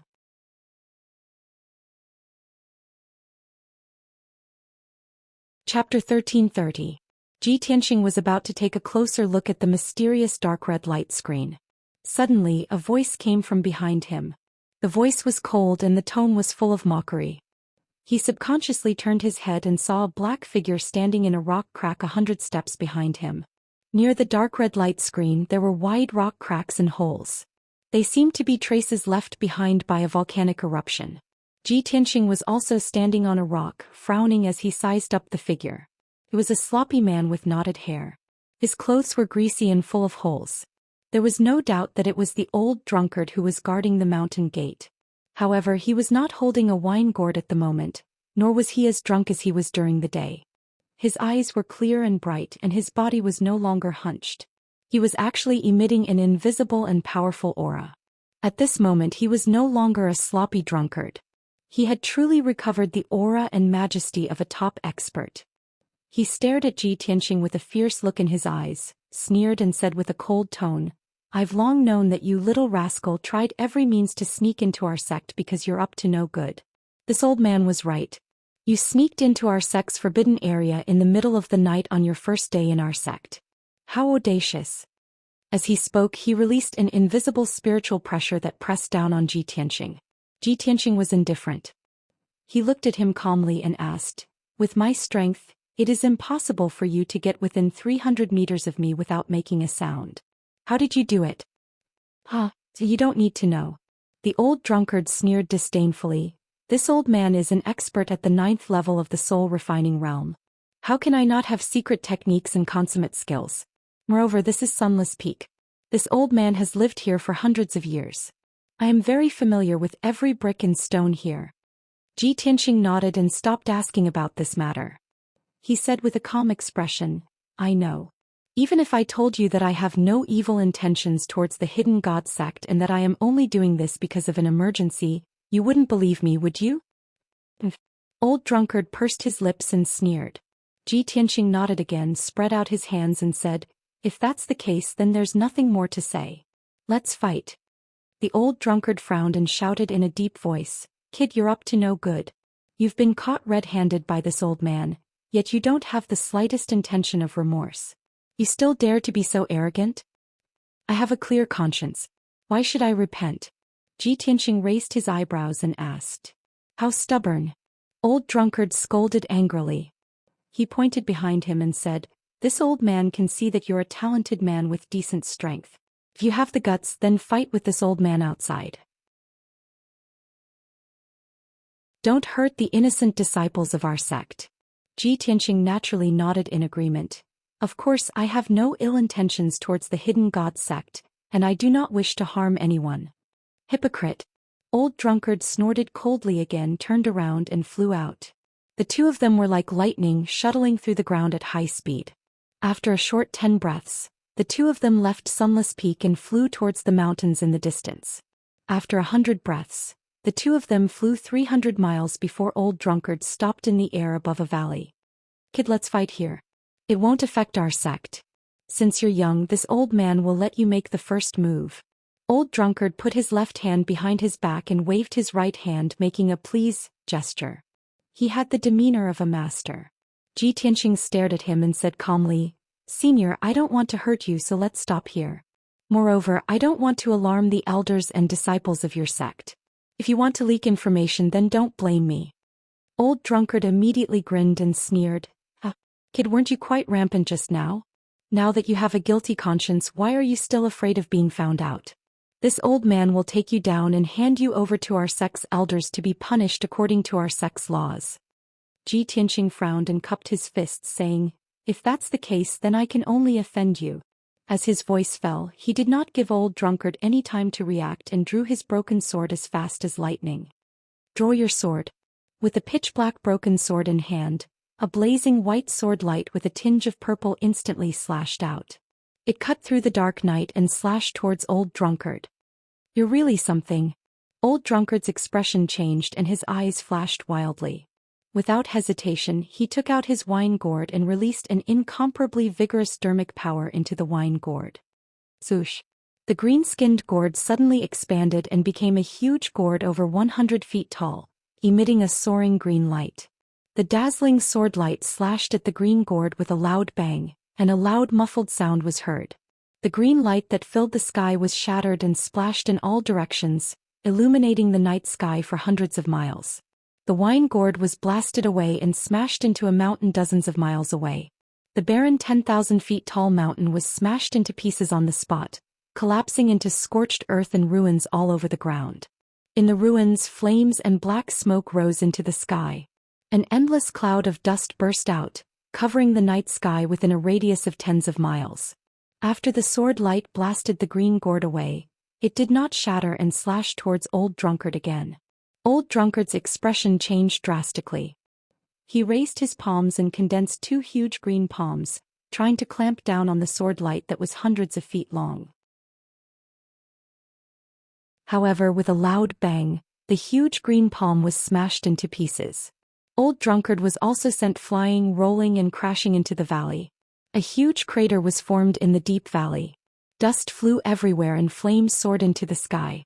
Xianxia did not chase after him. He stood in the sky and looked down. After a while, Old Drunkard rushed out of the crater and flew back into the sky. His body was charred and his clothes were full of holes. More than half of his hair was curled and his face was covered in ashes. He looked very miserable. Boy, I really underestimated you. However, I'm going to use my real strength now. Old Drunkard shouted angrily. With a flash of green light in his palm, a dark green sword appeared. He held the dark green sword with both hands. His body burst out with energy and his robe fluttered fiercely. A sword of separation. Old Drunkard activated all his skills and suddenly waved the dark green sword, slashing at Xianxia fiercely. Suddenly, a huge sword light that was thousands of feet long tore the vast night sky apart. With the power to destroy heaven and earth, it arrived in front of Xianxia. Wherever the sword light passed, the night sky was torn into two halves. It was as if it was separated into two spaces. Good sword technique. It's really something. Xianxia could not help but praise when he saw the mystery of this sword technique. Of course, while praising, he also waved the sword of burial of heaven with a serious face and used a unique sword technique. Swing the sword. He held the sword of burial of heaven with both hands and swung it out. A crescent-shaped sword light that was thousands of feet long was slashed towards Old Drunkard. The two sword lights, one green and one white, were almost the same size and power.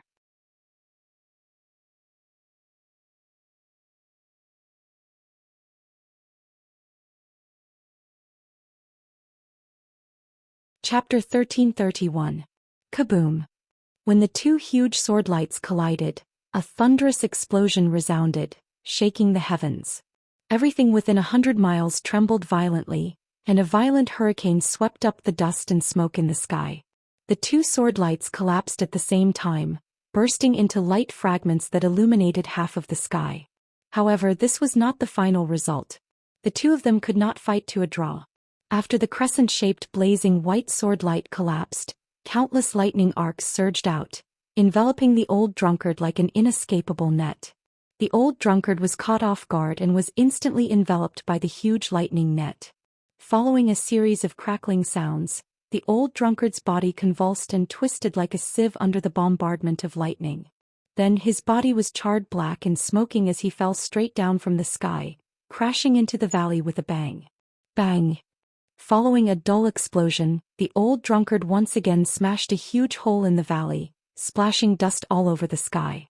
This gentlemanly duel came to an end. The loud explosion that reverberated between heaven and earth gradually dissipated, and the dust that covered the sky slowly settled down. The Old Drunkard's body was charred black and smoking as he lay in the deep hole, unable to move. From time to time he would convulse and let out muffled groans. Xianxia descended from the sky and came to the edge of the big hole, looking down at the Old Drunkard in the hole. After hesitating for a moment, he cupped his hands and said, "Senior, I'm sorry to offend you." Then he waved his hands and used a secret technique. Rays of golden light condensed into a mysterious seal. Seal. After the seal was formed, he shouted and pointed at the Old Drunkard with both hands. That mysterious seal immediately drilled into the Old Drunkard's body and enveloped him. The power of the seal erupted and immediately sealed the Old Drunkard's physical body, magic power and soul power. The Old Drunkard was like a piece of charred wood, lying motionless at the bottom of the hole, unable to make any sound. Xianxia waved his hand and lifted him out of the deep hole. Then he carried the Old Drunkard and flew back to Sunless Peak, quickly disappearing into the night. The commotion caused by the fight between the two of them was so great that it had alarmed the experts of the Hidden God sect. When Xianxia returned to the Hidden God sect, there were many deacons, elders and disciples checking the situation. There were even a few experts flying towards the scene of the incident. Fortunately, Xianxia's movements were concealed, so he was not discovered by anyone. He brought Old Drunkard back to the small courtyard where he lived and threw Old Drunkard onto the bed. Unable to struggle or resist, the old drunkard could only stare at him with his eyes wide open, revealing a look of intense anger and questioning. Xianxia saw his pitiful appearance and couldn't help but comfort him. "Senior, I had no choice but to do this. I can only ask you to suffer for a while." With that he cast a spell and burrowed into the ground, diving deep into the ground. Half an hour later he once again dived 80 miles into the ground and approached the dark red barrier. This time no one disturbed him, so he focused on studying the dark red light curtain.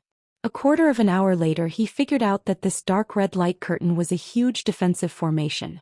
Moreover, this was a primordial spirit realm sealing array that sealed an area of 1,000 miles. In other words, if he wanted to enter Sunless Peak and find the magma ocean deep in the Earth's core, he had to pass through this defensive array. "It's almost impossible for me to break a primordial spirit realm sealing array with my attainments and strength. But there's a primordial spirit realm sealing array hidden under Sunless Peak. It's very likely to be to hide a huge secret. It must be related to the heavenly Dipper God Fire Cauldron." Xianxia furrowed his brows and pondered silently. He couldn't do anything about this sealing formation, but his heart was itching. He really wanted to enter and search for Sect Master Shui's traces. After all, he had already dealt with old drunkard, so he couldn't give up halfway, right? Just as he was frowning and thinking, the voice of the Burial of Heaven sounded in his mind.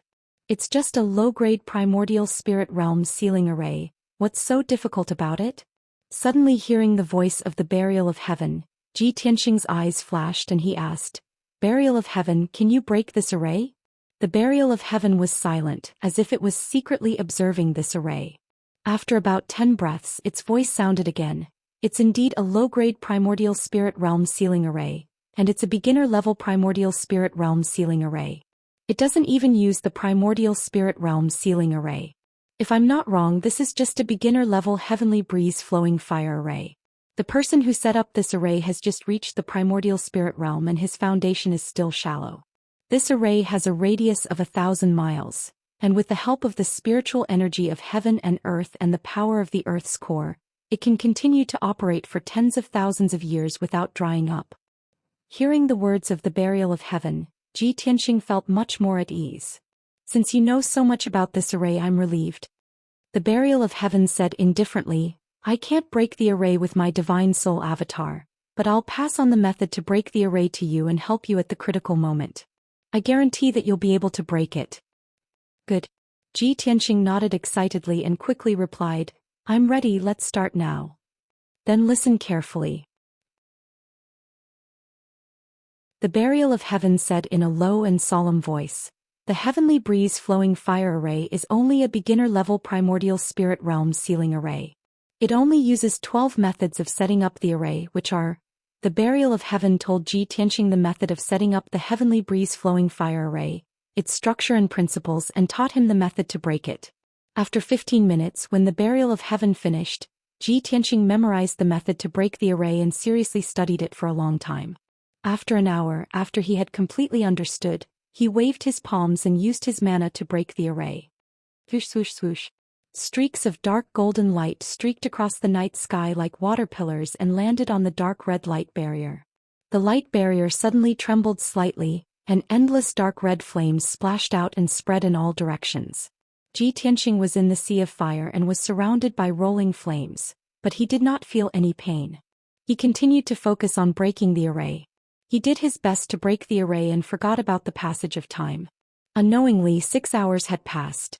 The method to break the array was about to be completed, and a crack could already be clearly seen on the dark red light barrier. Finally, at the critical moment, the Burial of Heaven sword flew over without hesitation, releasing a powerful and mysterious black light and stabbed into the crack.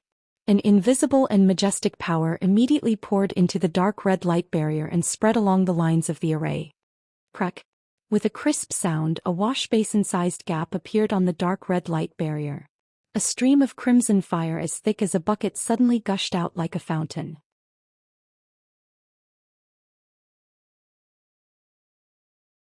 Chapter 1332. Even though the core fire was very powerful, Xianxia was not afraid at all. He immediately held the sword of Burial of Heaven and flew toward the gap. Swoosh. He turned into a streak of golden light, passed through the gushing dark red flames and entered the gap. In the next moment he entered the heavenly wind-flowing fire array. As far as the eye could see, there was a dark red color everywhere. Around him was the dark night sky, with red flames floating in spirals, surging like waves. 10 miles below him was a crimson sea filled with dark red magma. The endless magma flowed slowly, emitting red flames that soared into the sky, turning the surroundings into a sea of fire. Ji Tianxing was in the rolling sea of fire, enduring the terrifying heat at all times. But his body had been refined to the extreme and his defense was extremely strong. He was not afraid of the core fire at all. He looked around and quickly saw that this magma sea was very wide, as if it had no end. Above him was the rock layer, below him was the magma sea, and there was a 10-mile space in between. Such a strange terrain was very rare in the depths of the earth. He was sure that this magma sea had always existed since ancient times. Moreover, Sect Master Shui and the heavenly dipper godfire cauldron he was looking for were in this magma sea. But this magma sea was too vast, and it was too difficult to find a person and a divine cauldron. Ji Tianxing had no other choice. He could only release his soul power into the magma sea and search from the south to the north. He flew above the magma sea, and wherever he passed, his soul power would scan the surrounding 30 miles, carefully searching. This vast sea of lava was not simple. It contained an invisible and mysterious power that suppressed the power of his soul. In the outside world, his soul power could search a radius of 100 miles. But in this magma sea he could only search a radius of 30 miles. Unknowingly, 2 hours passed. Ji Tianxing carefully searched the magma sea within a radius of 200 miles. Unfortunately, he did not find any clues, and there was no trace of Sect Master Shui or the heavenly dipper godfire cauldron. He could only expand the search area and search patiently. Time passed quietly and soon 10 hours had passed.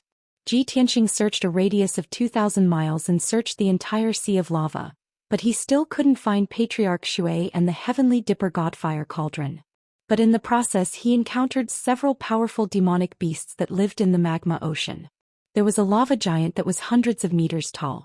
Its entire body was condensed from lava, and it possessed extremely terrifying power. There were also some fire spirits that were more than 10 meters tall and had a variety of forms. They usually looked like dark red fireballs, sleeping quietly in the sea of lava. Once an enemy approached, those fire spirits would be awakened and transform into various forms, nimbly and swiftly launching attacks. Other than that, there were also 2 dark golden fire pythons entrenched in the sea of lava. These demonic beasts were all rare species. In the sea of magma, they had unique cultivation conditions and their strength grew very quickly. These demonic beasts were all at the 2nd and 3rd level of the soul refining realm. When they discovered Ji Tianxing, they were intimidated by his powerful aura and retreated far away. Only those few fire spirits tried to attack a few times. However, Ji Tianxing easily repelled them, scaring them into hurriedly fleeing, not daring to harass him again. I've already searched for 10 hours and searched the entire sea of lava, but I still can't find Patriarch Shui and the heavenly dipper godfire cauldron. The seal I placed on the old drunkard only lasts for 12 hours. The time is almost up. If I still can't find Patriarch Shui, after the old drunkard seal is removed, this matter will be exposed. At that time I'm afraid there will be some twists and turns, and there will be some unnecessary misunderstandings and conflicts. Ji Tianxing pondered silently, then furrowed his brows anxiously. He couldn't understand. He had clearly searched the entire sea of lava, but why couldn't he find Patriarch Shui and the heavenly dipper godfire cauldron? Could it be that Patriarch Shui and the cauldron weren't in the sea of lava, and his deduction was wrong? After pondering hard for a long time, Ji Tianxing suddenly had a flash of inspiration as he thought of a certain possibility. If they're not in the sea of lava, could they be even deeper down? Thinking of this, he hurriedly drilled into the sea of lava and flew even deeper underground. The temperature of the lava was terrifyingly hot, enough to melt ordinary soul-level magic treasures. Ji Tianxing's body was wrapped in a layer of golden light, protecting himself. He could freely travel through the sea of lava and he wouldn't be harmed. Soon he passed through the sea of lava more than 20 miles deep and drilled into the underground rock layer. He released his spiritual power and spread it out in all directions, carefully searching underground. About 2 hours later he came to the center of the sea of lava, and it was located in the rock layer 120 miles underground. Suddenly, his spiritual power detected a majestic spiritual power fluctuation in the rock layer not far in front of him. There was also a dark red flowing fire that enveloped the rock layer in a radius of 10 miles, like a huge ball of light. Finally found it. It must be here. Ji Tianxing's spirit was immediately shaken and he hurriedly drilled forward. In the blink of an eye he came close to the flowing fireball. After careful observation with his spiritual power, he found that there was a huge cave hidden in the rock layer wrapped in the ball of light. That cave was at least 1,000 feet wide. The vast and mighty divine soul power and the violent and powerful flame aura were coming from that cave. However, the cave was protected by the flowing fireball. If he wanted to enter and check the situation in the cave, he had to break the huge light shield of the fireball. He carefully observed for a long time and found that this huge flowing fireball was also a light shield formed by a defensive formation. This formation was the heavenly wind flowing fire formation that he had broken before, but it was a smaller version of the formation, and its power was more condensed and its defense was stronger. But this was not a problem for him. He repeated the same trick and used all his strength to break the formation. After 2 hours he broke a hole in the light shield formed by the dark red flowing fire. Swoosh! He turned into a golden flowing light, passed through the hole and entered the formation. He walked along the thick rock layer for about 10,000 feet and then entered an empty cave. Only now did he see the situation in the cave. The cave was oval in shape like an egg and the surrounding rock walls were rough and uneven. It was obvious that it was naturally formed. The originally dark rock walls were burned red by the geocentric fire. The entire cave was filled with flowing fire, and it was vast and mighty like a flood. In the middle of the cave, there was a golden altar that was 300 feet wide and 10 feet tall. At the top of the ancient and mysterious altar, there was an ancient bronze cauldron as large as a house.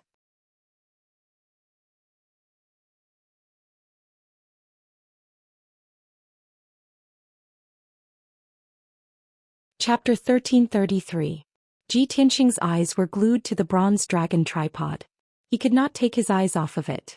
The style of the bronze tripod was ancient and simple. There were no complicated patterns or patterns. It was simple but majestic.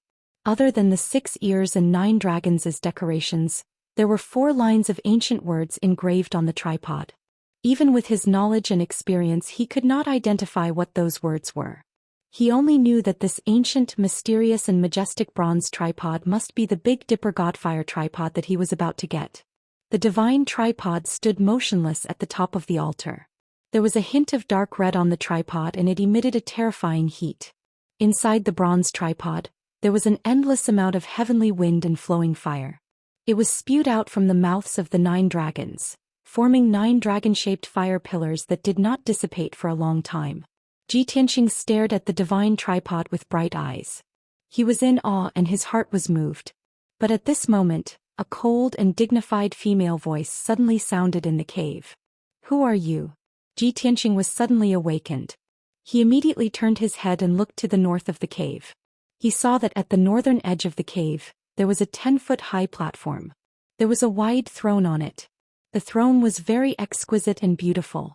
It was inlaid with all kinds of dark red, dark gold and dazzling purple gems. It exuded a sacred and luxurious aura. Most importantly, this throne was extremely beneficial to one's cultivation. On the luxurious throne sat an old woman in a luxurious green robe. The old woman looked like she was in her 70s or 80s. Her waist-long hair had turned silver and was tied up in a dignified and elegant bun with a jade hairpin. But the old woman's face did not look old. Her skin was still white and soft. She was no different from a woman in her 30s. Her face could not be called beautiful, but she had a dignified and elegant temperament. She looked extremely noble. Her eyes were bright and deep. They contained the light of wisdom, but they were not aggressive. Even though she was glaring at Ji Tianxing, the uninvited guest, with hostility emanating from her body, her gaze was not fierce. Ji Tianxing believed that one's face was a reflection of one's heart. Looking at this silver-haired old woman's face and eyes, he could guess that she must be a kind and benevolent old woman. However, even though the silver-haired old woman's aura was gentle, her body contained enough power to shake the heavens and earth. Her aura was incomparably powerful, as vigorous as a mountain, causing Ji Tianqing to feel reverence in his heart. He could almost immediately determine that the strength of the silver-haired old woman had long surpassed the spirit refinement realm and reached the essence spirit realm.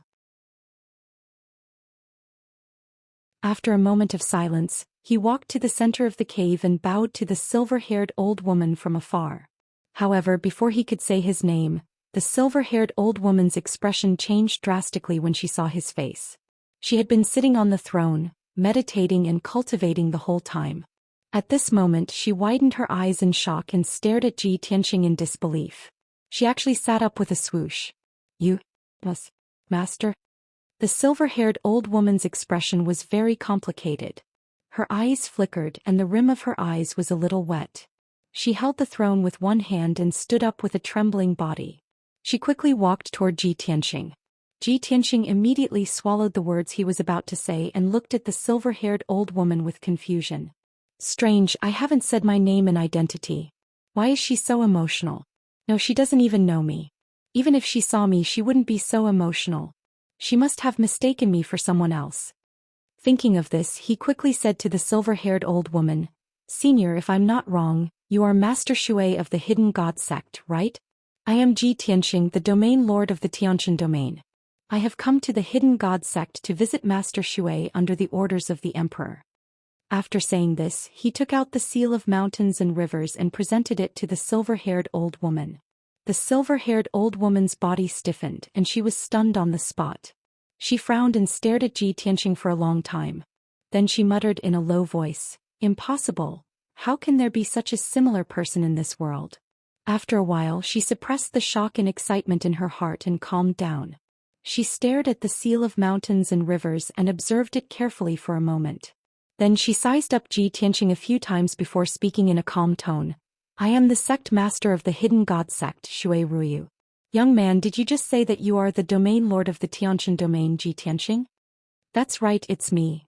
Ji Tianqing suppressed the doubts in his heart and nodded calmly. Shui Ruyu continued to stare at him and asked, "You have come to our sect to look for me under the orders of the Emperor of the human race?" "Yes." Ji Tianqing nodded again. He didn't show it on his face, but he was muttering in his heart. "So the master of the Hidden God sect is called Shui Ruyu. Such an elegant name, she must have been a beauty when she was young. However, she is the master of a sect, a primordial spirit realm expert. Who did she think I was just now? How could she lose her composure and be so emotional?" At this time Shui Ruyu turned and walked back to the throne and sat down gracefully. She looked down at Ji Tianqing with deep eyes and said in a dignified tone, "Since you claim to be under the orders of the Emperor, do you have the Emperor's decree?" "If you don't have the Emperor's personal decree, no matter what you say, I will not forgive you for trespassing on the forbidden grounds." Ji Tianqing was already prepared. He quickly took out the Emperor's personal decree from his spatial ring. "Master Shui, I had no choice but to trespass on the forbidden grounds. Your sect has hidden the matters regarding the divine cauldron and the imperial court too deeply. Even the elders in the sect don't know about it. I couldn't see you, so I decided to trespass on my own." He gave a simple explanation. After he finished speaking, he waved his hand and shot out a golden light. It wrapped around the Emperor's decree and flew to Shui Ruyu. Shui Ruyu stretched out her hand to receive the decree. She waved her hand and shot out rays of golden light. She executed a secret technique to undo the seal on the scroll. After a moment, the scroll slowly unfolded and floated in front of her. It lit up with a dazzling golden light. Ji Tianqing didn't know what was written in the Emperor's decree. He only saw that when Shui Ruyu saw the contents of the decree, her expression changed slightly. Her eyes even flashed with shock and disbelief. In fact, Shui Ruyu couldn't help but take a few more glances at him before she finished reading the decree. This made him even more puzzled. He secretly guessed, what did the Emperor say in the decree? Isn't it to take away the divine cauldron? After a long while, Shui Ruyu finished reading the decree. She then kept the scroll and solemnly kept it in her spatial ring. She looked at Ji Tianqing with a burning gaze. Her gaze was complicated. She seemed to be excited and her heart was filled with emotions. After a moment of silence, she then asked, "Ji Tianqing, are you really the successor of the Kenshin?"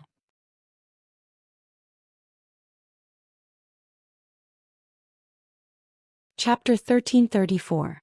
Could it be that the monarch had pointed out my identity in the edict and said that I am the successor of the Kenshin? This was the first thought that appeared in Ji Tianxing's mind. He nodded at Shui Ruoyu and answered truthfully, "That's right." Shui Ruoyu's pupils contracted as her emotions became even more complicated. She actually sighed. She lowered her head slightly as a trace of sadness appeared in her eyes, as if she was recalling something from the past. A moment later she continued to ask, "Tianxing, can you tell this old one how you obtained the Kenshin inheritance?" This. Ji Tianxing immediately frowned and hesitated to answer. He could naturally see that Shui Ruoyu's impression and attitude towards him had become much closer after learning that he was the successor of the Kenshin.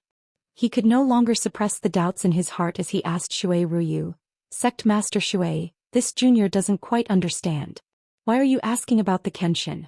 This junior has come to the hidden god sect under the monarch's orders to take away the heavenly dipper godfire cauldron. What does this have to do with the Kenshin?" Shui Ruoyu was startled for a moment before she laughed involuntarily. Her laughter actually contained some bitterness and self-mockery. "Tianxing, don't be anxious about the heavenly dipper godfire cauldron. We can talk about it later. This old one only respects and admires the Kenshin. After learning that you are the successor of the Kenshin, I want to know more about you. You should be able to understand this old one's feelings, right?" Ji Tianxing shook his head as he said in a low voice, "Sect Master Shui, this junior may be young, but I am not someone who is ignorant of worldly affairs. When this junior barged into the cave just now, your mind was already in chaos the moment you saw this junior. You lost your composure and even mistook this junior for someone else. This junior is certain that you do not simply respect and admire the Kenshin. It is very likely that you are related to the Kenshin in some way." As he spoke, he stared intently at Shui Ruoyu, observing the changes in her expression. As expected, Shui Ruoyu's complexion changed slightly.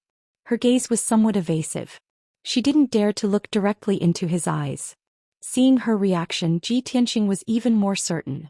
He continued, "A long time ago, a peerless master once told me that Kenshin had never taken in any disciples when he was alive, but he had 4 followers who could be considered his in-name disciples. The surnames of these 4 in-name disciples were Gu, Yi, Shao, and Shui. As the descendant of the sword god, I have a mission, and that is to find these 4 seniors. Before this, I had already found Yi Hengchuan and Shao Wentian. Renhuang Yi lived in seclusion in the boundless realm of the Manga Mountain Range. He guarded the city alone and waited bitterly for one person. On the other hand, Shao Wentian lived in seclusion in the great swamp of the southern wasteland and established the Shao clan, an ancient family. He had long since flourished and had many children and grandchildren, enjoying the rest of his life. Of the 4 seniors, only Gu and Shui have not been found and there have been no clues." Ji Tianxing spoke frankly with assurance. When Shui Ruoyu heard these words, she tilted her head slightly. Her expression was very complicated as she remained silent. Ji Tianxing revealed a slight smile and said calmly, "When I came to the hidden god sect previously, I only wanted to follow orders to retrieve the divine cauldron. I never thought about this matter. Even when I knew that the surname of the sect master of the hidden god sect was Shui, I never thought about this. It was only now that I finally understand why you were so agitated. Even as an immortal soul stage master, you actually lost your composure. Sect Master Shui, if I'm not wrong, you are one of the 4 in-name disciples of Kenshin, Gu, Yi, Shao, Shui and Shui, right?" After he finished speaking, he looked at Shui Ruoyu with a look of intense anticipation. Shui Ruoyu was silent for a long time before she slowly turned her head to look at him.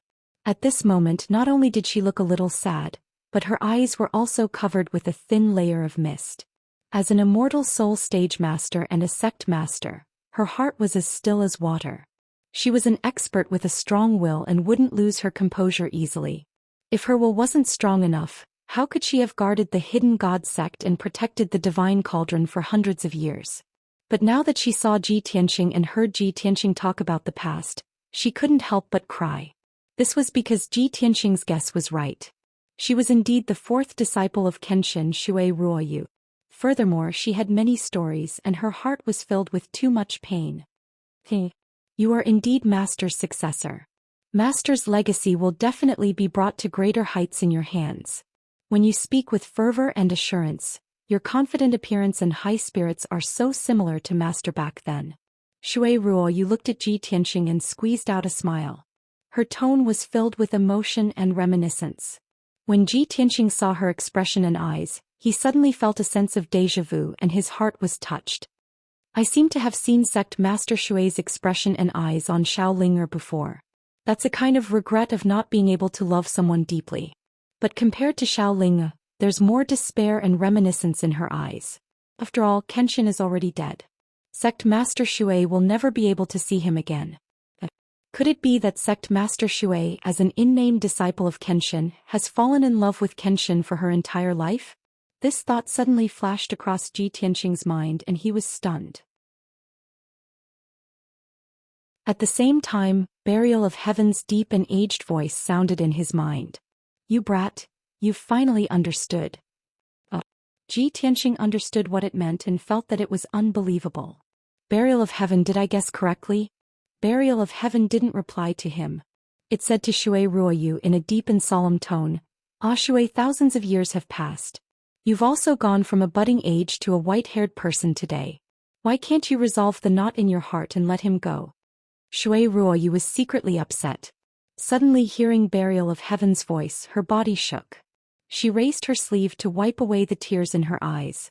She immediately turned her head and looked at Ji Tianxing with a burning gaze. She asked in disbelief, Burial of Heaven? Is that its voice? Ji Tianxing didn't say anything. He only nodded calmly. Burial of Heaven's voice sounded again. Its tone was filled with vicissitudes and emotions. Kenshin was obsessed with the way of the sword his entire life. He was born for the way of the martial way and died for the way of the divine way. There are many women like you who are infatuated with him without regret. But who can get his attention and love? Back then when Kenshin left, I reminded you not to be too emotional.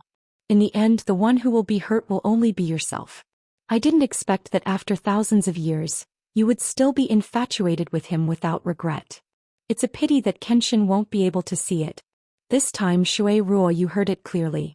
She was immediately sure that this was indeed Burial of Heaven's voice. She stared at Ji Tianxing with a burning gaze and said in a complicated tone, Tianxing, you actually obtained the Burial of Heaven's sword? What is its current situation? Ji Tianxing didn't say anything. He directly took out the broken Burial of Heaven and presented it in front of Shui Ruoyu. Shui Ruoyu's expression changed. Her figure flashed and flew over, landing beside Ji Tianxing. She stared at the Burial of Heaven's sword and asked anxiously, Burial of Heaven, really is you? Back then when you left with Master, where did you go?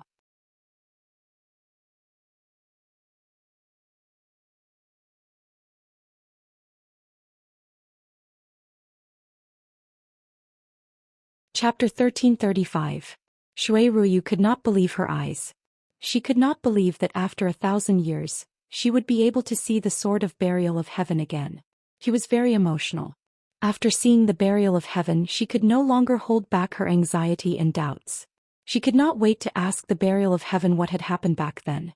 This question had been hidden in her heart for 1,000 years. It had always been an unsolved mystery. Now she could finally ask the Burial of Heaven personally. She would soon know the answer. She could not help but stretch out her hands and hold the sword of Burial of Heaven. She looked at it expectantly, waiting for its answer. The Burial of Heaven was silent for a while before it said in a low voice, Ah Shui, when Kenshin fell, I was also heavily injured and was almost completely destroyed. Even though I've awakened now, my memories are fragmented and incomplete. I can't remember clearly what happened in the past. Shui Ruoyu's body suddenly stiffened. The anticipation and anxiety in her heart gradually dissipated. But how could this be? Burial of Heaven, you must know. You must know what happened. Think about it carefully. You will definitely remember. What happened to Master? The Burial of Heaven saw that she was getting more and more emotional. It comforted her. I know that you have been worried for 1,000 years. This question has also troubled you for 1,000 years. But I really can't remember clearly. I can only wait until I recover my vitality and gradually recover my memories. Only then will I know what happened. Ji Tianxing stood silently at the side, listening to the Burial of Heaven comforting Shui Ruoyu. He did not open his mouth to interrupt. After a long time, Shui Ruoyu's emotions gradually calmed down. She endured the sadness and sorrow in her heart and temporarily put this matter aside. She sat back on the throne. After a while she returned to her usual appearance. She was still as calm and serene as before. Ji Tianxing looked at her silently. Seeing her joy and sorrow, he gradually understood her feelings. It seems that sect master Shui is also a person with a lot of stories. She was infatuated with Kenshin. Even if 1,000 years had passed, she would never regret it. The left protector was infatuated with her and even confessed his feelings to her in public, but she heartlessly rejected him. In the end, he became an old drunkard who drank to drown his sorrows. The word love is hard to describe in a few words. The bitterness in sect master Shui's heart has been buried deep for 1,000 years. Today, after seeing me and the burial of heaven, it is normal for her to lose her composure. These thoughts flashed through Ji Tianxing's mind and he couldn't help but murmur in a low voice, "Once I see Kenshin, I'll make a mistake for life. If I don't see Kenshin, I'll make a mistake for life."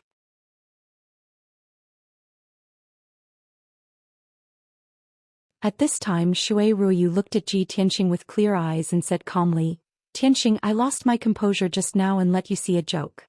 However, we were talking about private matters just now. Now this old woman will talk business with you." Ji Tianxing nodded and bowed slightly. "Please speak, sect master Shui." Shui Ruoyu's expression was solemn and she said solemnly, "Since you are here on the orders of the emperor, you must already know the origin of the Heavenly Dipper Godfire Cauldron and the origin of the Hidden God sect. However, the Heavenly Dipper Godfire Cauldron is one of the clan protection divine artifacts of the Imperial Court, and it has a very strong restraining power against the devil race.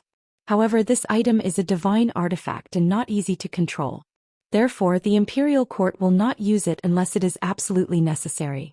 Our sect was born to protect the Heavenly Dipper Godfire Cauldron, and it is very likely that we will die for it in the future."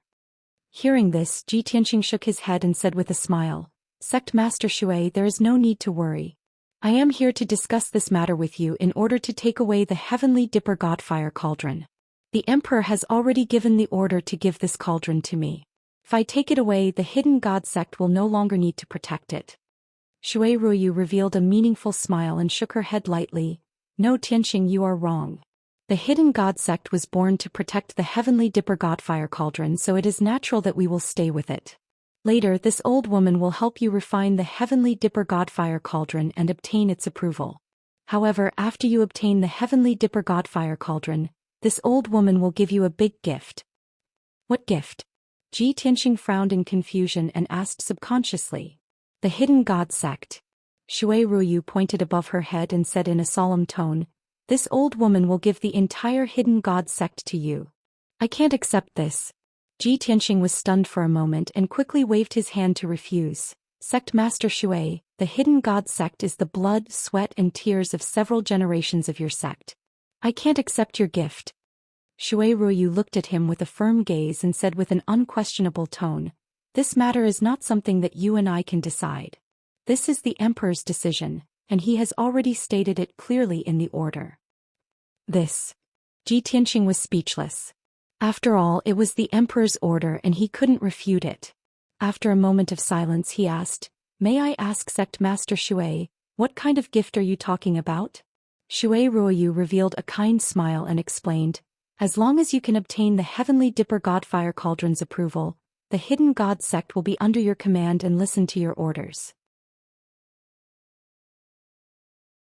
In the future, when you go to the battlefield to resist the Devil Race's army, the Hidden God sect will follow you to the battlefield and kill your enemies. Of course, you don't have to worry about the affairs of the Hidden God sect. Normally, this old woman and the elders of the sect will take care of it, so you won't be distracted." Ji Tianxing thought for a moment and felt that this was a good idea, so he nodded in agreement. "Many thanks for Sect Master Shui's help. Since this is the Emperor's order, I will follow it.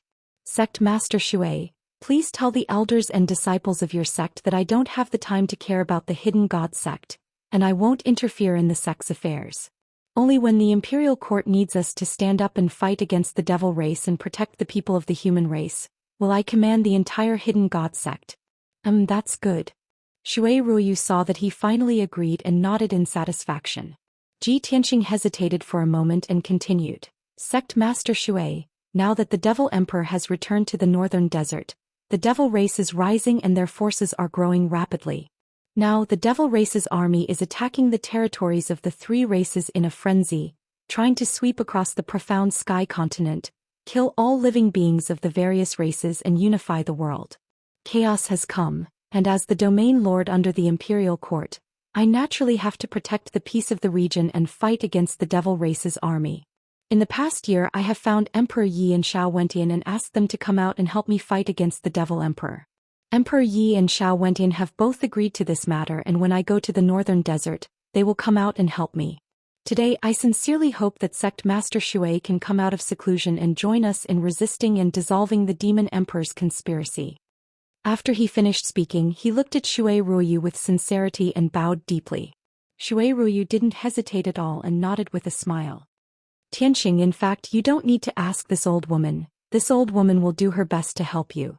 After all, this is the Emperor's order.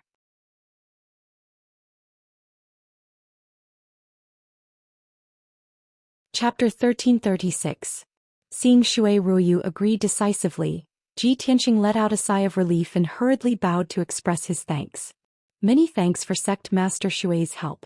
Sect Master Shui is deeply righteous. This junior can't thank you enough. Shui Ruoyu waved her hand, indicating that he didn't need to be so courteous. She smiled amiably and said, "In public, this old one is a trusted subordinate of the monarch. Naturally, I will obey the monarch's orders and help you with all my strength. In private, this old one is Master's fourth disciple, and you are the successor of Master's legacy. You are equivalent to this old one's junior brother. How can this old one not help you? Moreover, this old one also hates the Devil race to the bone. I wish that I could be like Master, holding a 3-foot-long divine sword and slaughtering all the devils in the world." Hearing this, Ji Tianxing raised his eyebrows and asked with interest, "Oh? Sect Master Shui also has a blood feud with the Devil race?" "That's right." Shui Ruoyu nodded and explained in a low voice. "This old one was born in a family of generals since young. 3 generations of my ancestors were all valiant generals of the imperial court and had outstanding military achievements. When this old one was young, the Devil race wreaked havoc in the world. The Devil Emperor invaded the central state and wantonly massacred the common people. This old one's grandfather, father, and uncles all died on the battlefield under the blades of the Devil race experts. Later on, this old one's entire family was besieged by the Devil race experts. More than 300 people in the family were killed. It was the monarch who saved this old one, allowing this old one to survive. Later on, this old one met Master. It was Master's guidance and teaching that allowed this old one to become a martial expert and have today's achievements." Speaking up to here, Shui Ruoyu paused for a moment. Recalling those tragic past events, even after 1,000 years, she was still filled with grief and indignation. Her words were filled with monstrous hatred towards the Devil race.